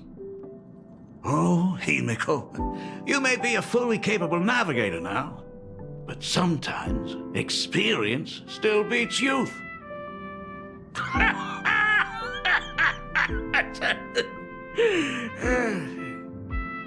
Aren't you tired of talking non-stop? Are you actually worried about me? Oh, I am so touched. Perfect. I'll make you some coffee. Huh? Huh? Ah, well, might as well swing by the meeting car to say hi to that, Intellitron buddy.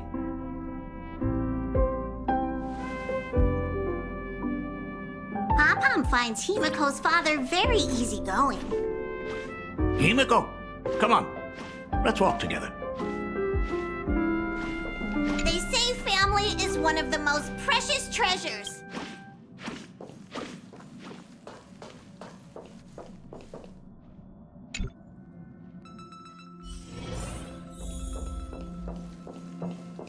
Intellitron, buddy! Long time no see. Ah, welcome to the party car, Mr. Ryusuke.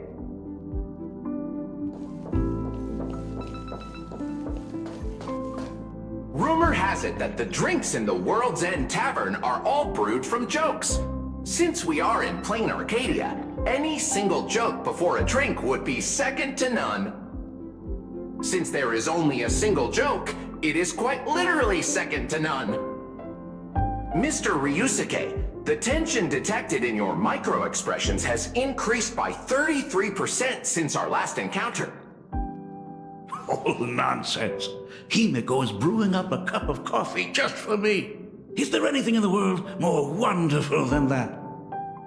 A cup of hot coffee right before the end. This must be what they mean by life is short and bitter. Huh. Well, now I see why they call you Shush. Well, since I'm still among the living, let me tell you a joke for a change. A long time ago, there was a truly terrible nameless. They snuck aboard as a passenger, seeking a certain answer. Now one day, they ordered a drink from a service robot on the Express and told it a joke. A long time ago, there was a truly terrible nameless. They snuck aboard as a passenger, seeking a certain answer. I have retrieved the same joke from the archived logs. It is indexed under the title, An Unfunny Joke. But did you know The first time the robot heard that joke, it laughed with pure joy. Don't go filling Shush with nonsense. Its database is already enough of a mess. Dad, here's your coffee. This cup is huge. Himeko, tell me, are you still holding a grudge against me? What are you talking about? Now drink up while it's still hot. Analyzing components. Results show coffee concentrate, Heldoran butterfly scales, a species of fish from a gas giant, trace amounts of iron particles, and various other unknown substances.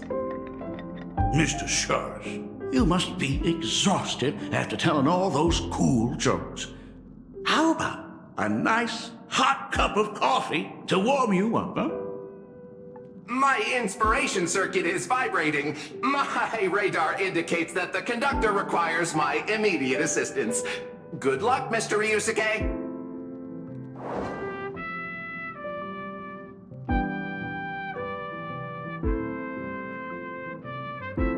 Oh, Himeko, if I do not make it out of here, please deliver my resignation to Miss Dolly.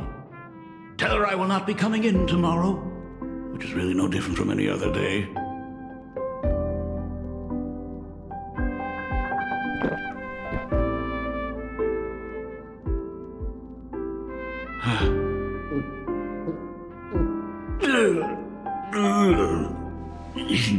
The coffee tastes like heaven. Oh, want another cup?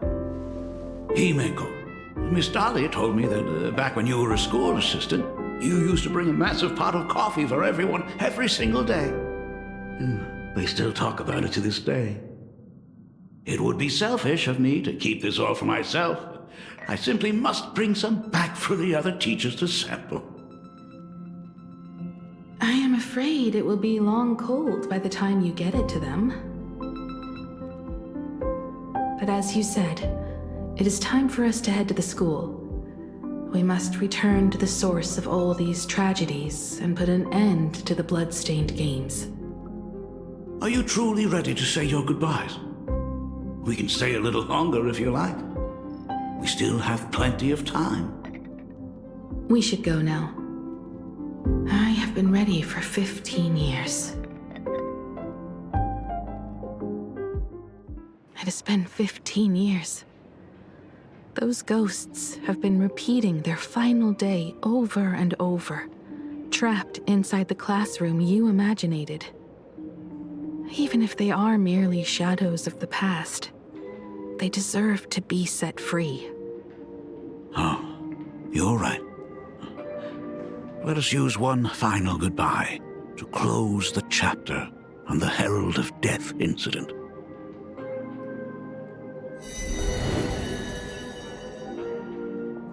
Senior, you are back! We're all waiting for you. Sorry I'm late, everyone.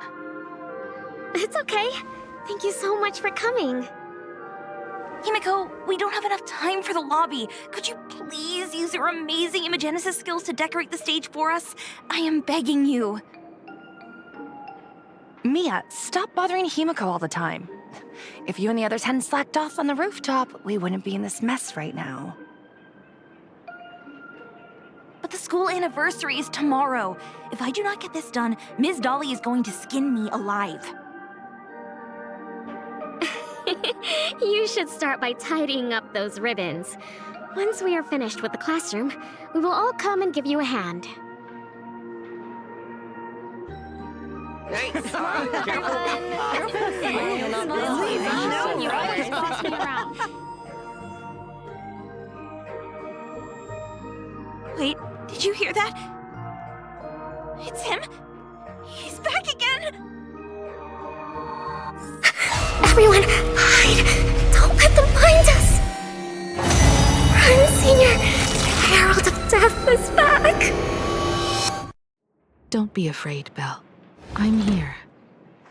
No more running away. We don't have to face any Herald of Death anymore. Really? When have I ever led you astray? Look, even the Dean has arrived. Let us run through the anniversary program one last time. Right now? But we still have so much left to do. The decorations are nowhere near finished.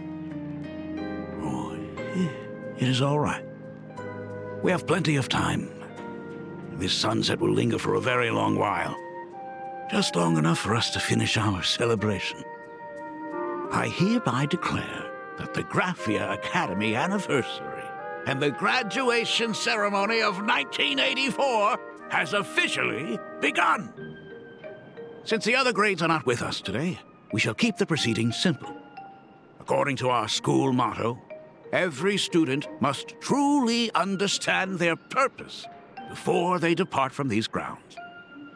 Students, have you all discovered who you wish to become? Why so serious? It's only a rehearsal. Well, in that case, I'm going to be an artist.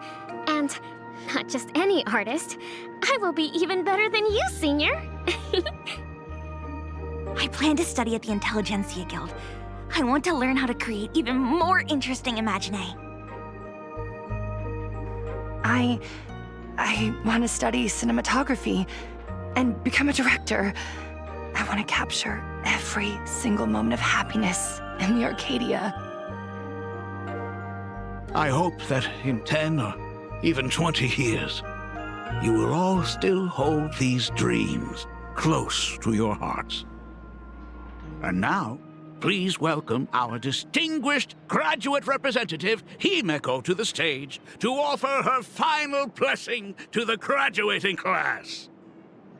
Our senior is doing this? That doesn't happen a lot. Himeko? Are you nervous? Relax. Give us a smile. I do not know what to say on an occasion like this. All I know is that this is a comfort the living leave for themselves. But take that step forward. Go and embrace tomorrow.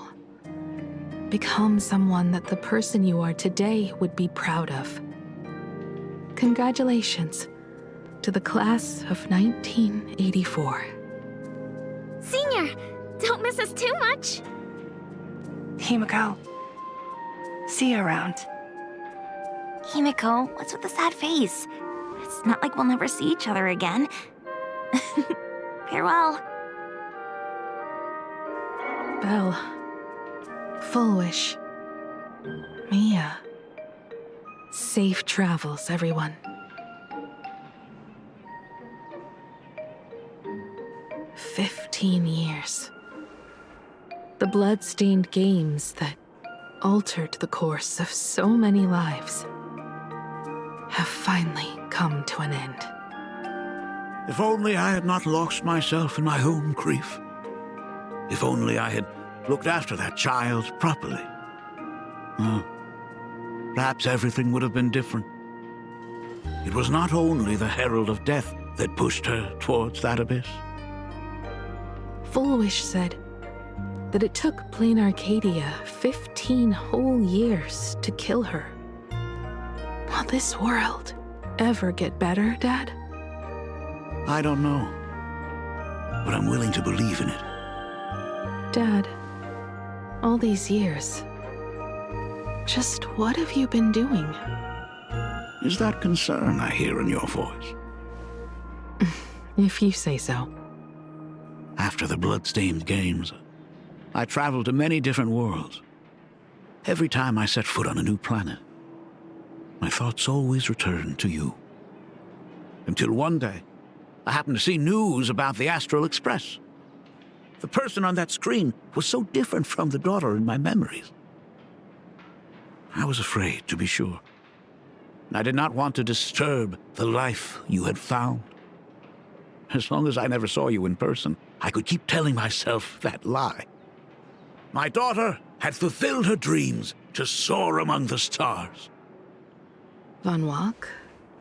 Owenly? New Londinium?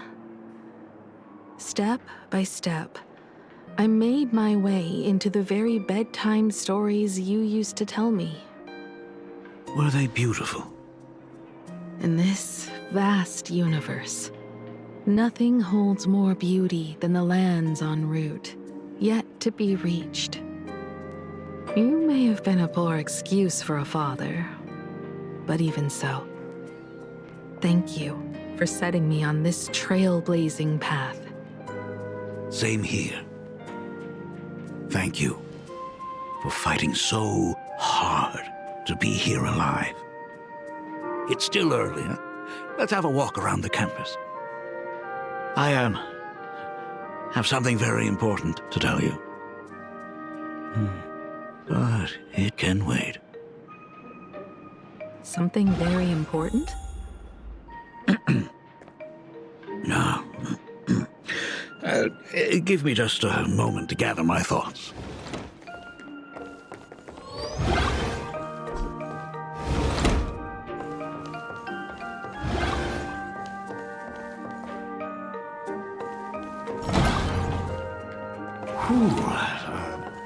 Nice weather today.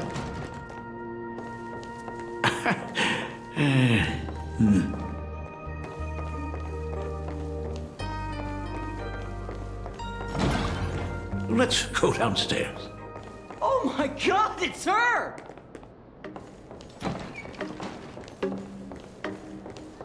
Oh my gosh, I'm such a huge fan of yours! Oh, go on. Keep those compliments coming.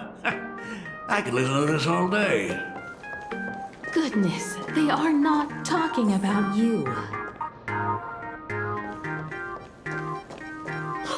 Senior Himeko! Oh wow, she actually loved me. Himeko, slow down a bit. Your old man's arthritis is acting up again.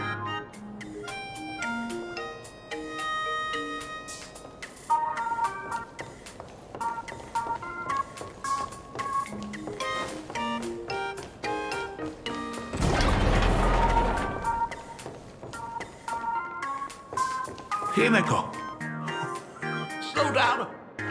Astral Express, I love you! Like a love song, baby! Baseball Raccoon didn't come? Oh, Himeko is so pretty. It gladdens me that my daughter is so popular. But you're all supposed to be in class right now. The Herald of Death incident just ended. It is only right to let them breathe and relax for a while. To think that it all happened only yesterday. Young people really do have a way of returning to their carefree selves so quickly. I suppose it is because they believe the Astral Express will always be there to save them. It brings back memories of you as a little girl. Whenever you heard someone mention the universe, the light in your eyes would outshine even the brightest supernova. That is true. The very first Imagine I ever brought to life was modeled after the rocket atop the Phantom Moon's head. That little fellow had quite a temper. It was so determined to fly higher and higher. To this day, I still wonder if it ever truly reached the moon. Dad, do you still remember it? How could I ever forget? That thing came crashing down and poked a hole right through Miss Seadrake's tail. I had to take you to apologize in person. I ended up redrawing the tail myself to make it right. These days, I wouldn't be able to handle that kind of trouble anymore. My poor old back wouldn't allow it. Now that I am free from the weathering curse, you don't have to spend your life wandering the stars anymore. Why don't you just settle down here?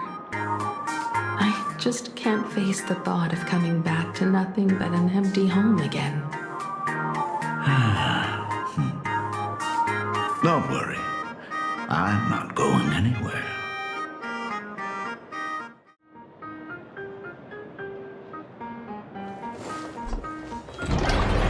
The Imagenesis classroom is ahead. So nostalgic. Ms. Dolly? She might have taken the day off. I never noticed it before, but on closer inspection, this classroom is so much bigger than it used to be. It must be because of that incident. As the culprit behind it all, you haven't forgotten, have you? Of course. Well, since I couldn't get you onto the real Astral Express back then, I figured drawing you a substitute instead would be easy enough. The principal himself imaginated an express and went tearing across the campus with his daughter in tow. It even made the front page of the Dual-Mention City News back then. Looking back, you were always such a bright and spirited girl. Which is why I encourage you to reach for the stars. And when the weathering curse took hold, did that dream only end up weighing you down? If it weren't for those dreams you gave me, I wouldn't be the person I am today. I'll never forget.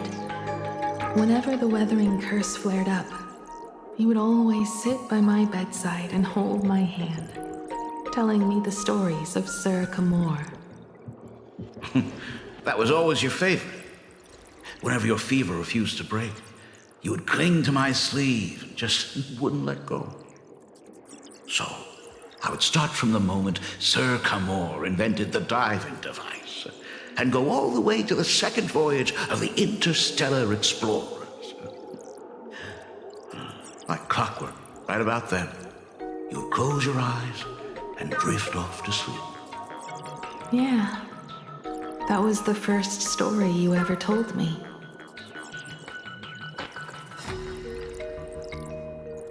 And the very story that helped me make up my mind. Even if I could never leave this place, if fixing the express meant sending just one soul to the stars, that would be enough for me. Yet before I knew it, I'd already traveled far beyond anything I ever imagined as a child. I think I understand how you felt back then. Perhaps one day, I'll set down my duties as the navigator and come back to this place too. What about the Astral Express? A crew of the most incredible nameless will keep the express sailing on. Like a teacher watching their student, or a father his daughter. I understand that feeling. Then your dad will always be here at home waiting for you. So, what is this important thing you need to tell me about? Yeah. That important thing. Dad, are you hiding something from me? I knew I couldn't hide it for long, Himiko. I am sick. What? This isn't the right place for this discussion. Let's go to my office.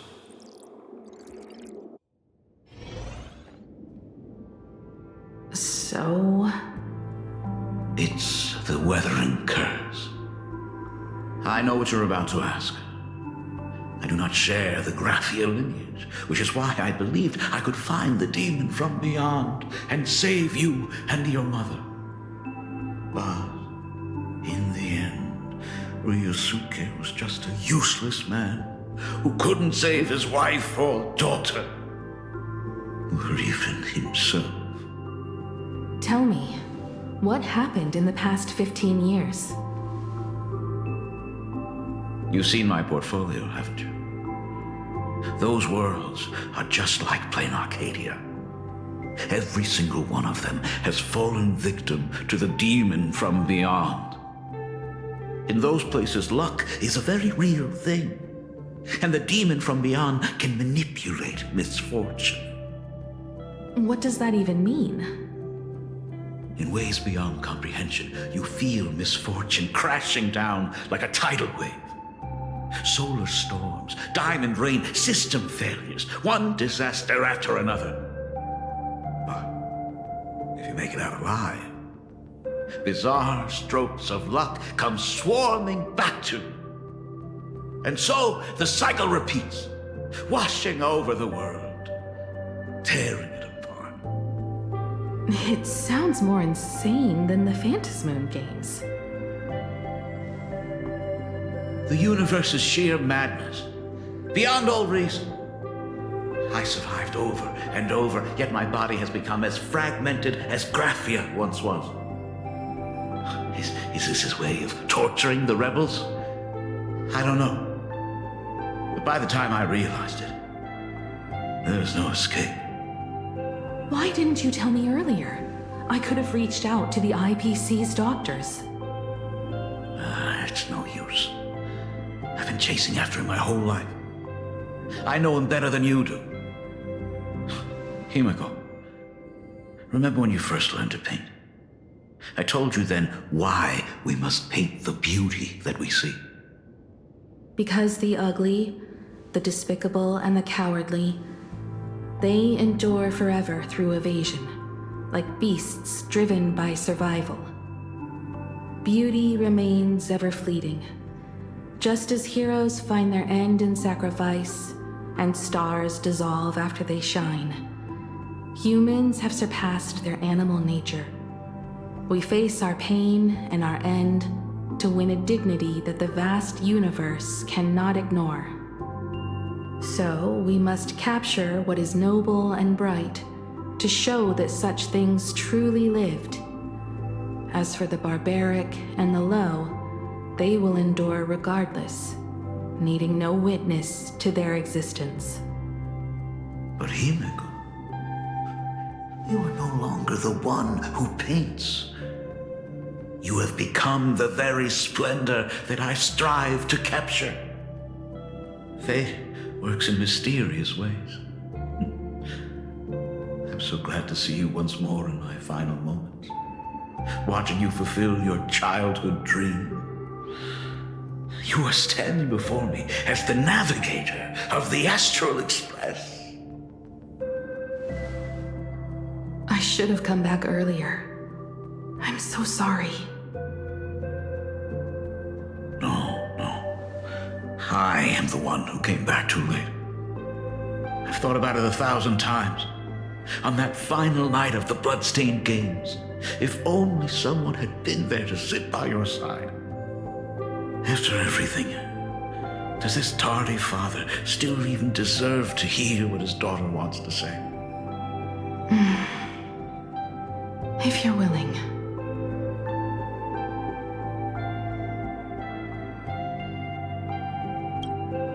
Thank you, Akiveli. Thank you, Himiko. All of this happened after you went away. You were jumping from one job to the next, and for 4 long years, I had heard nothing from you. During those 4 years, I found the stranded Express deep in the canvas world and kept trying to repair it.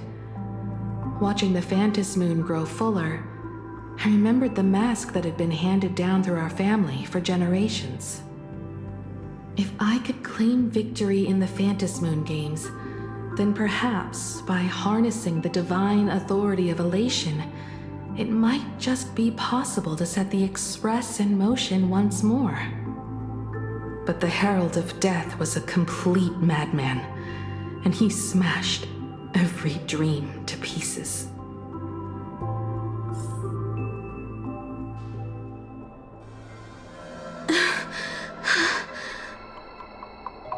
These bloodstains.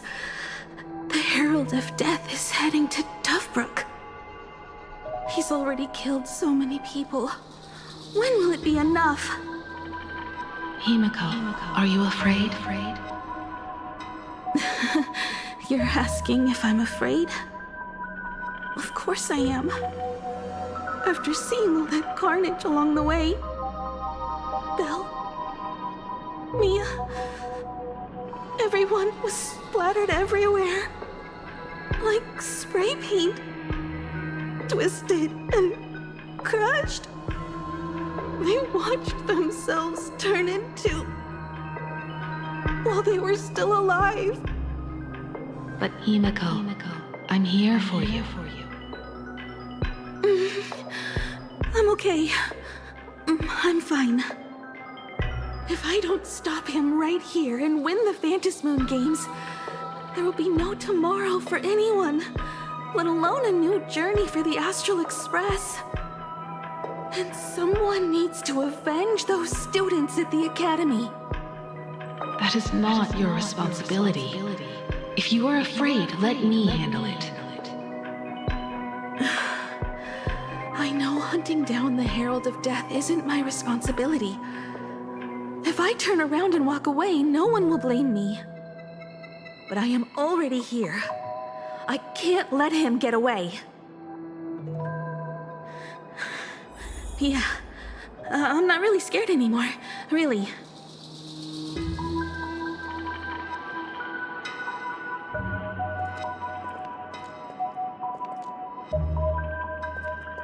Warning, warning. Rogue supplicant has entered Dovebrook District. Aberration threat level, Calamity.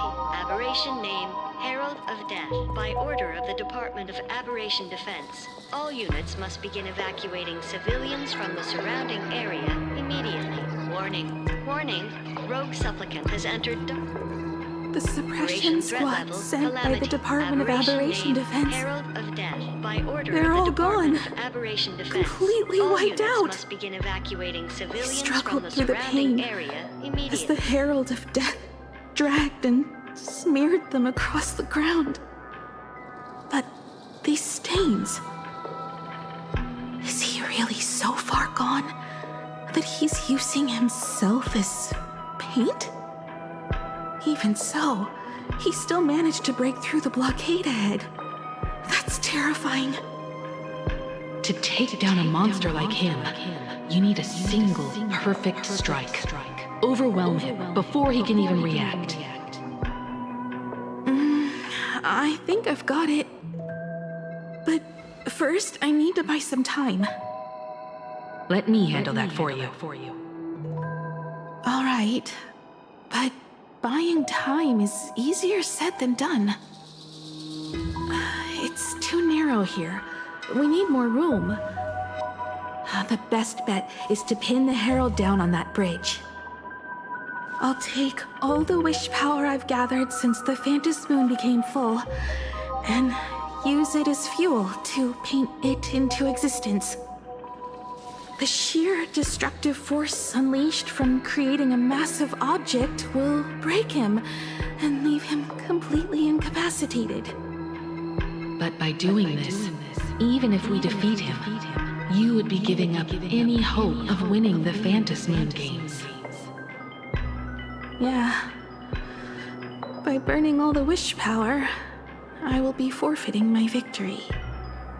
But even if I did win the games and restart the Express, what would happen to this city? To my friends, my teachers, and everyone else? Where would they have left to go? To set the Express in motion with Aha's power, while standing by as innocent people are slaughtered by monsters? To soar into the stars while turning a deaf ear to the screams on the ground?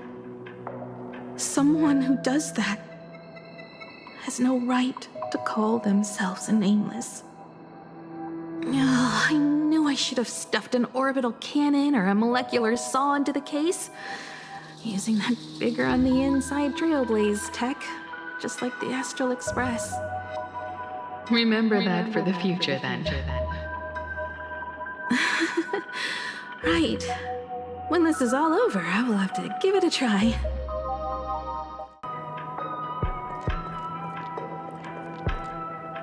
Black Birch.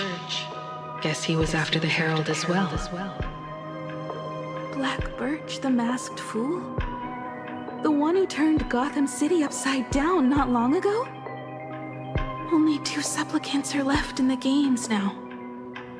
In other words, we are the last hope for victory over him.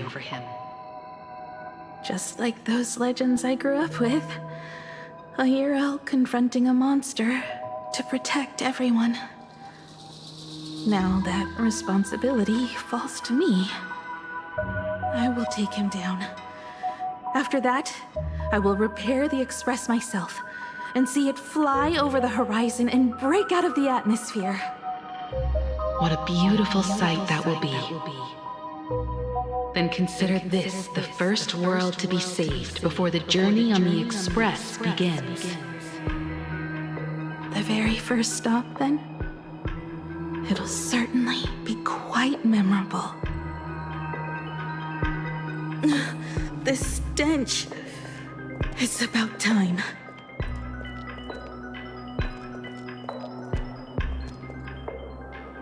So exquisite! These flowers blooming in Planarcadia! Oh, I can hear them dancing at the tips of my nerves! What is that? You say this is not enough? Still not enough! I need more pigment! I will mix my colors with screams of terror and pray for the catecholamines to drown me! Department head, I shall show you the error of your ways! This flesh is the culmination of life! Its own kin is right here! The giant tree running through our heartopia! I shall become her! We will be as one! No, I will surpass her. I will devour her and become the one and only existence. Another new shade, dazzling, shattered crimson. Are you perhaps the color I've been missing all along? Step into this masterpiece! Become one with me and lay the final cornerstone for the future of human evolution!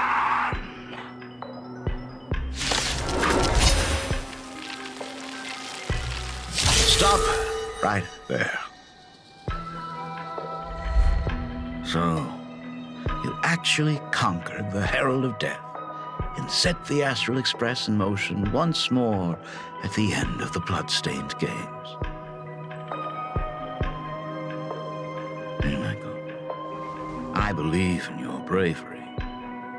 When confronted by death, you will undoubtedly choose to resist. But you were so frail and sickly. How could you possibly defeat the Herald of Death, who slaughtered every single supplicant? And how could you hope to repair such a massive, stranded express? Well, the answer is clear. It would be impossible for you. That is, unless you had another person helping you. Don't deny it yet. I've been tested by you enough along the way. So now, give your father a little room to breathe. While I was gathering your belongings, I found some of the manuscripts you left behind. There were 2 distinct sets of handwriting upon those pages. Every trace in that house proves that 2 people once shared a life there. Legend says that during the Canvas Age, the grand artist Whitebow painted his late daughter onto a scroll and breathed life into her. Suppose, just suppose, that my brilliant daughter created a likeness of herself, a self-portrait so perfect that it breathed and moved with her. If that is the truth, then every mystery is explained.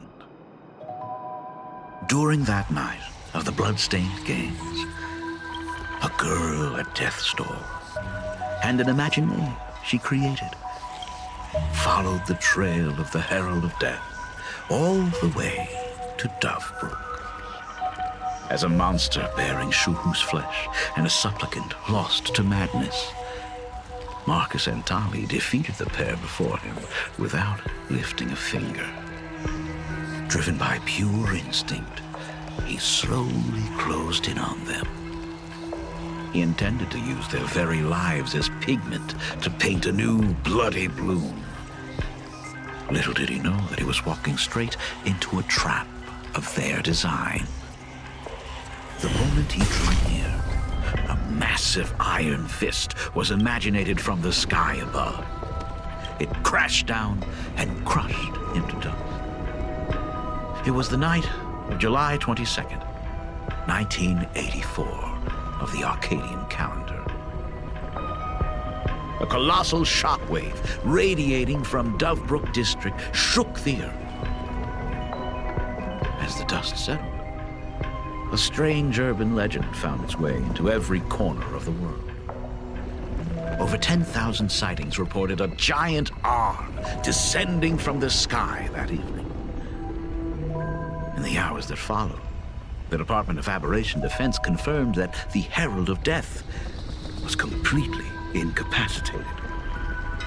The theories were endless. Was it a divine act by Aha? Or a weapon built by the IPC?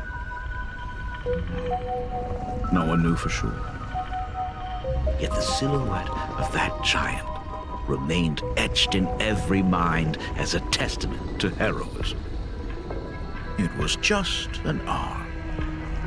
Yet beneath the brush of a girl who yearned for the stars, it became an extension of humanity's reach.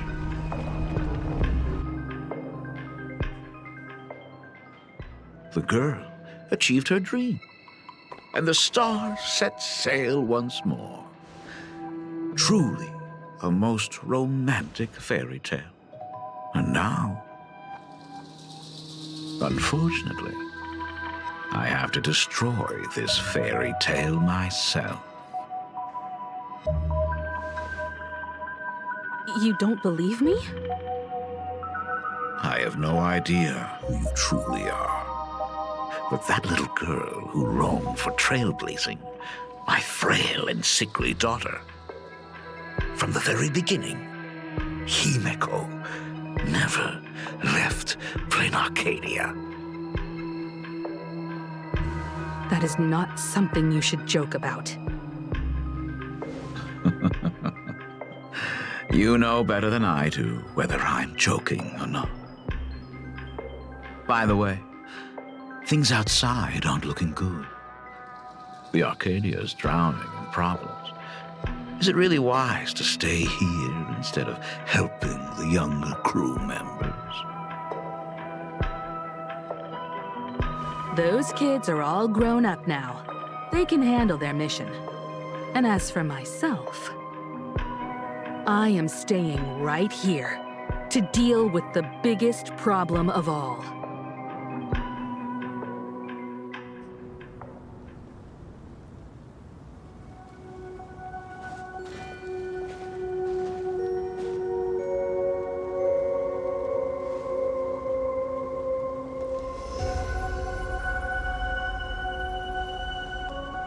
Are you intending to stay here until the outcome is revealed?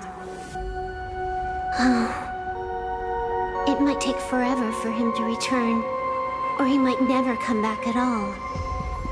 Or maybe, if I just complain and say, I wish Blade were here, he'll just show up. Anyway, it was his choice. We already said our goodbyes. Thank you for staying with him until the very end. Now, it is time to deal with your matters. Gray-haired girl, you seek me out with her token in hand. What is it that you desire?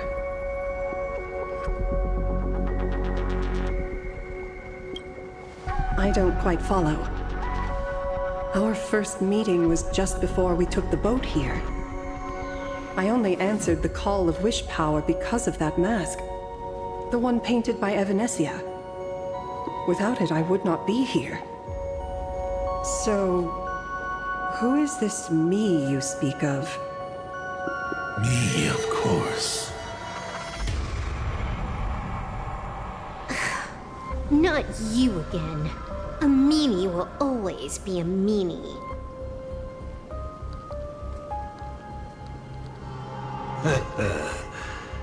Misfortune and I share one thing in common. We both enjoy dropping in uninvited. A reunion after 1,000 years. Graphia, it has been a long time. A Sat Pramad.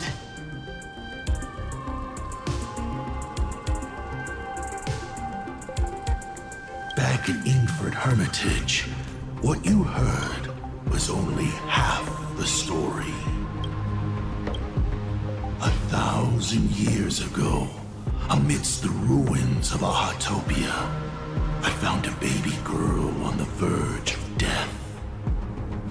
Her cold, lifeless body reminded me of the legend of Elation. Aha heard an infant cry and burst into laughter. Too bad I never did get the joke. So I came up with a much better one. I infused that child with the power of destruction, giving her the rebirth of a Void Ranger. I taught her to paint her monstrous beasts using the life of the veracity as pigment, all to carry out the Legion's divine will. Graphia, your name was your commission, to paint the world and carve a trace of our lasting glory just before the world meets its destruction. You were doing so well, right up until you saw that express crash. It gave you ideas, Graphia. Unrealistic, foolish ideas. Since that day, I have had nothing to do with you or your destruction. Your failure began the moment you tried to destroy the Express. All you did was turn the spirit of the Nameless into a rallying cry for rebellion. I took the power you forced upon me and used it to save the innocent. You commanded me to record the end of worlds, but instead, I created a sanctuary. So, you think putting on a human mask makes you one of the Trailblazers? How amusing. Look at yourselves. That weathering curse is still eating away at you and your kin. It is the inescapable price for being a child of destruction who dares to betray her fate. World and canvas, a total disaster. Yet you still try to dress it up as a victory. Do you know why I haven't spared Ahatopia a single glance for an entire millennium? Because you bore me. But now, things have changed. Someone far more interesting than you has returned. And unlike you, she is the real deal. A genuine Nameless. That is why I have returned. Simply to tell you all this.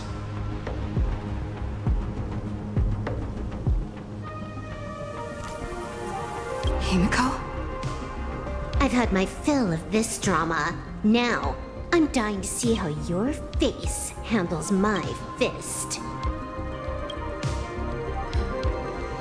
For 1,000 years, I have painted them over and over again. Every innocent life you extinguished during the Sind-Earth Age. Tell me, Asat Pramad, are you prepared to face their fury? I have more important things to do than linger here. But this little parting gift of yours? Why not let them have a taste instead?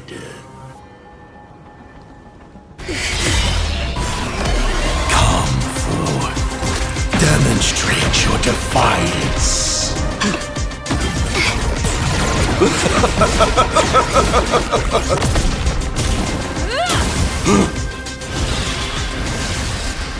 Is it over? Watch out! Such a clean strike. But the odds of success are 0.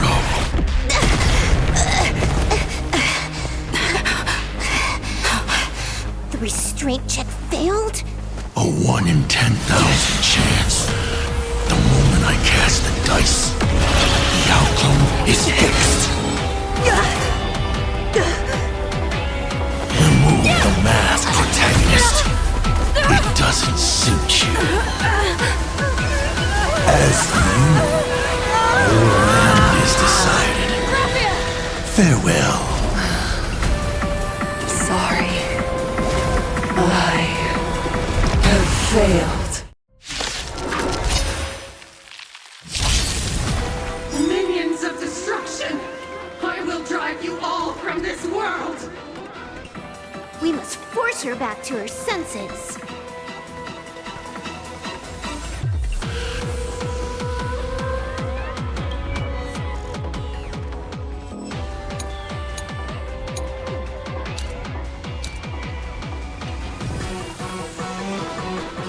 Come on, I choose you!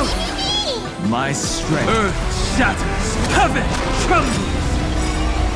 Dragons, obey this order. Calamity undone. Soaring above the lands. This is permanence. Go! And fight to the ground. Burn, vengeful spirits!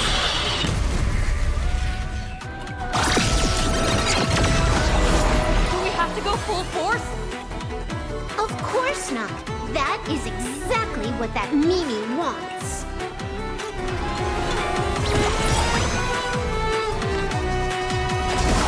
Riddled with holes. I offer my blood to beasts. Go! And slaughter each other! Sins must be paid. I will overcome the thorns. Serenity stands clear before me.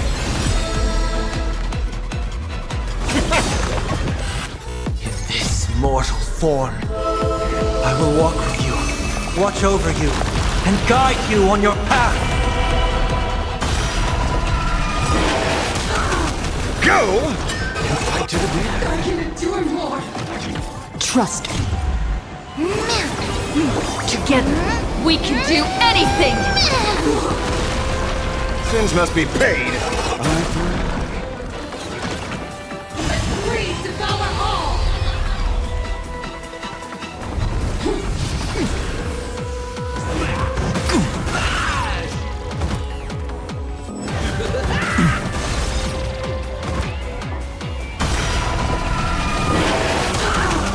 Go! And fight to the Absolutely cannot let you touch this place! Astral Express! Department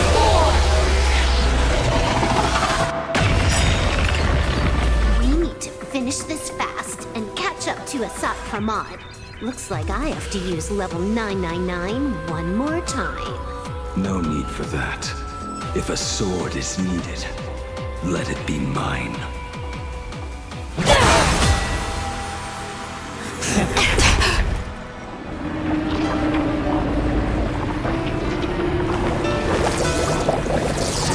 Have you thought it through? What defines a blade?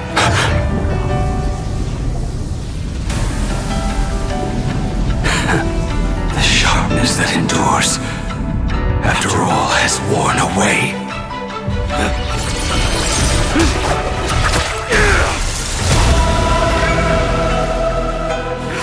I shall take veracity as my forge, and abundance as my iron.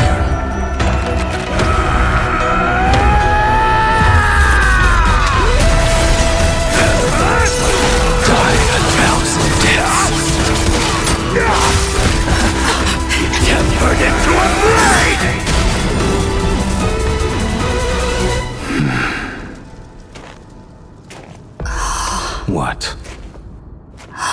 even a welcome back.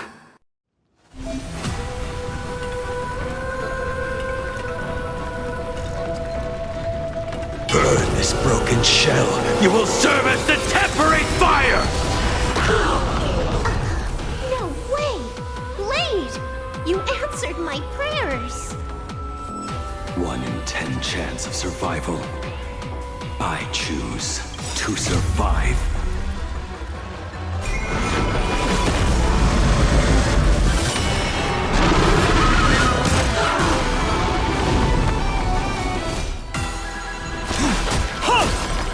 Is this how it feels to be in sync? This story is as we've written.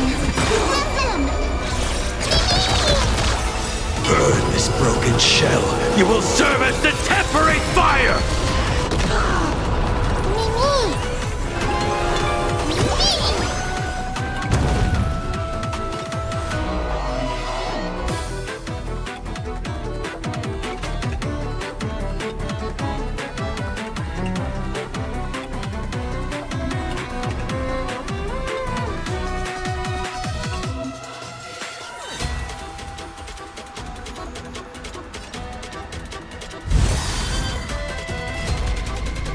I offer my blood to consume this beasts.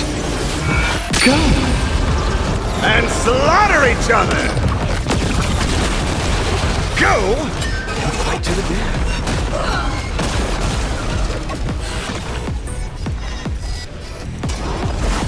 Riddled with holes. Sins must be paid. I will overcome the thorns.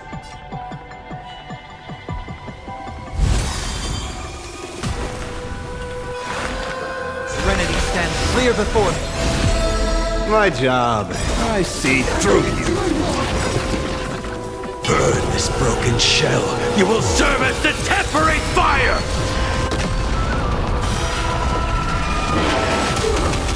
Go! And fight to the death.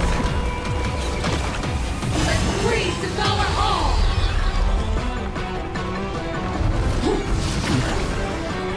What happened to her? This is Assad Pramad's handiwork. We have to bring her to her senses first!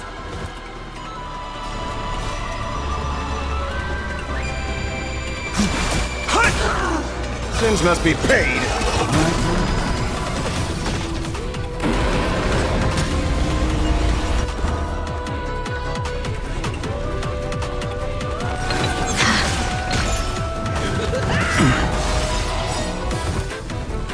Dragons, obey this order. Calamity undone, soaring above the lands. This is permanence!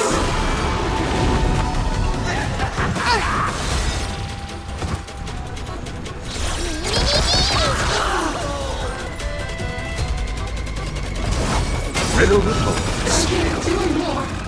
I offer my blood to consume beasts. Go! And slaughter each other!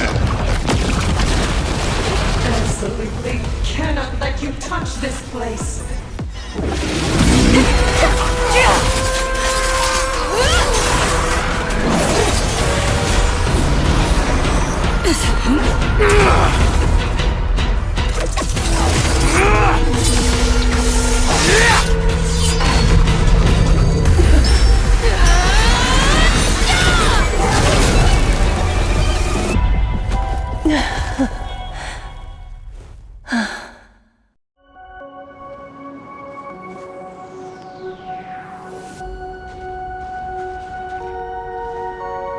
I hope I am not too late. Are you kidding? Your timing is impeccable, Blady. But isn't this a bit much? How did you even change outfits? What happened down there? I used the Leviathan's maw to imprison Shuho. But that doesn't matter. What matters is that you made it out alive and got the job done. Not yet. I have made a decision.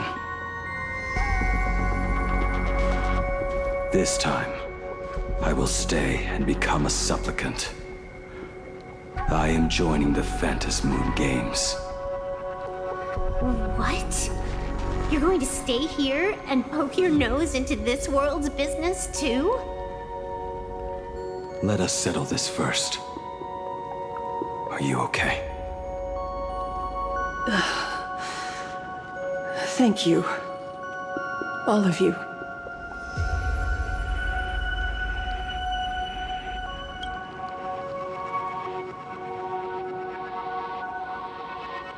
As long as the canvas remains, Asat Pramod cannot kill me. You have fulfilled what Evanescia entrusted to you. It was all me. For 1,000 years, I was the one obsessed with bearing every responsibility alone. Asat Pramod was right after all. I have been a ghost of 1,000 years past, arrogant enough to think my seal over the world and canvas was unbreakable. I really believed that accumulated wish power would be enough to strike him down when he returned. We are up against the same nightmare that survived a whole Sindearth age. The same monster that an entire era could not even overcome. Just how did he even sneak into the world and canvas? The first time I stepped into Inkford Hermitage, a strange Wispe tried to latch onto me, but it didn't succeed. Maybe that was the first step in Asat Pramod's plan to infiltrate this place. Then, he took on Graphia's form to tamper with my mask, and even taught me the way to summon the real Graphia. In the end, he got what he wanted. So, this guy has only been after one thing this whole time.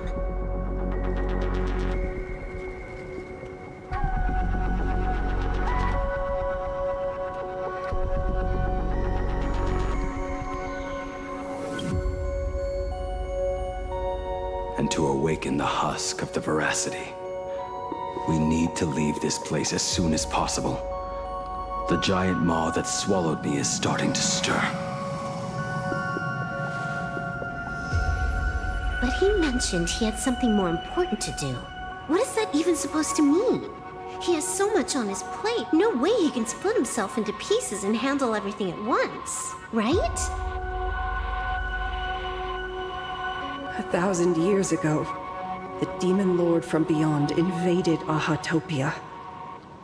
The power he unleashed was beyond all comprehension. He could appear in places thousands of miles apart at the exact same time, as if he possessed countless incarnations. What? He said he was meeting a genuine nameless. Himiko! She's in trouble!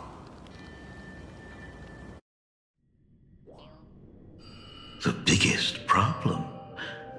Do you mean me? You said that classroom was a secret place of your own creation, yet Fullwish seemed to know everything about it. You are far too familiar with the Express, yet there is no way my father could have ever set foot on it.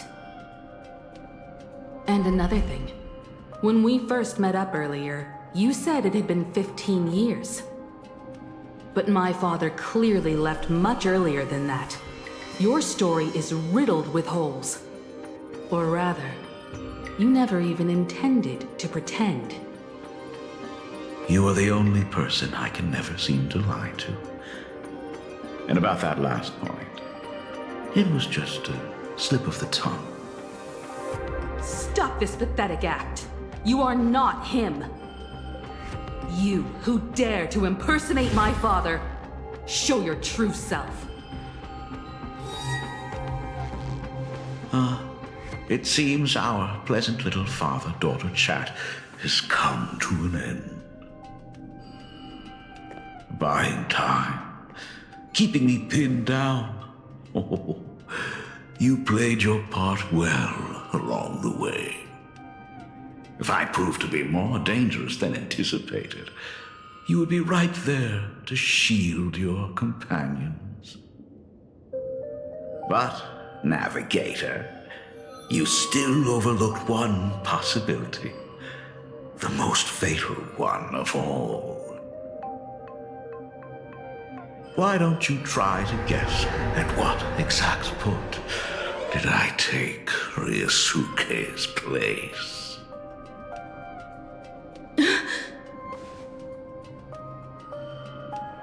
It happened on the day that man, in his desperate search for the source of the Weathering Curse to save his family, was destroyed by me.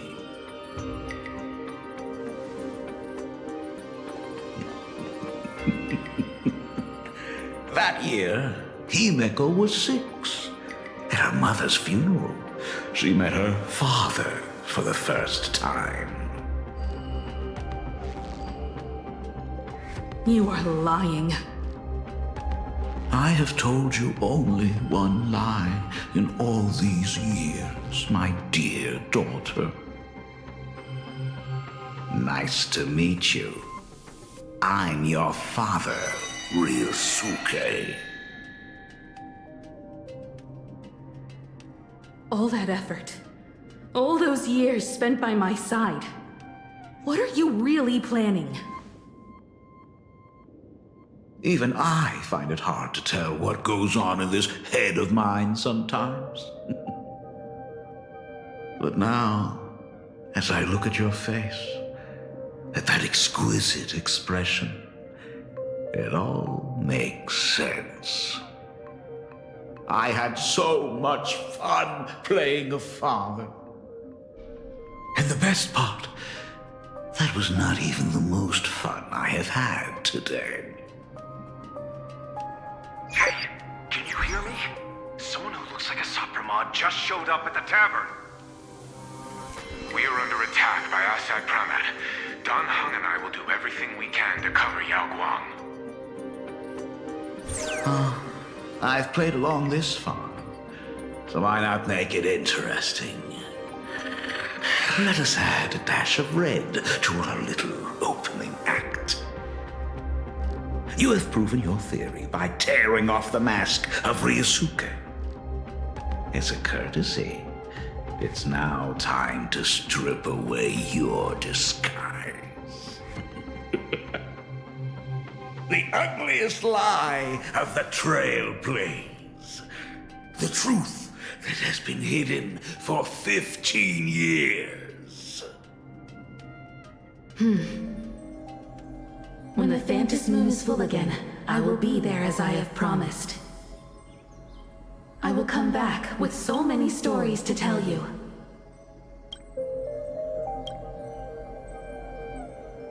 The girl looked up at the stars, but in her heart, she was terrified of setting out. She was afraid of the universe, and even more, she was afraid of the weight of responsibility. In the end, she left her wishes to someone else. As for her, she chose to lie in a grave and stay in the Arcadia forever. Ryusuke's daughter, Himeko, is long dead. When she saw how vast the stars really were, she ran away. Just as the Trail Plains will always converge with the destruction, culminating in awe-inspiring obliteration.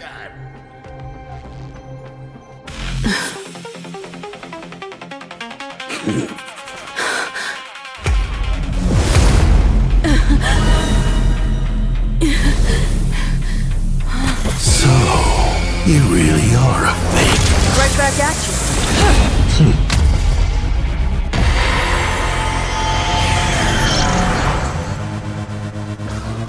O denizens of this Arcadia, lost in its splendor, once I beheld the Astral Express rise again towards the stars.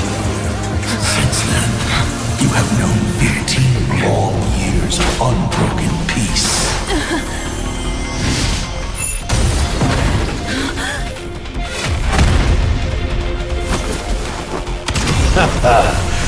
It's been a while, old friend.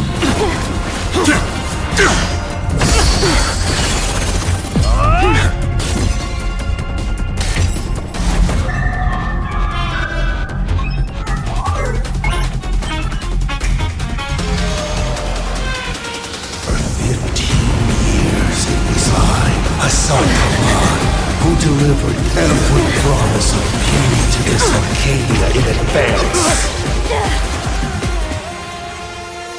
Now...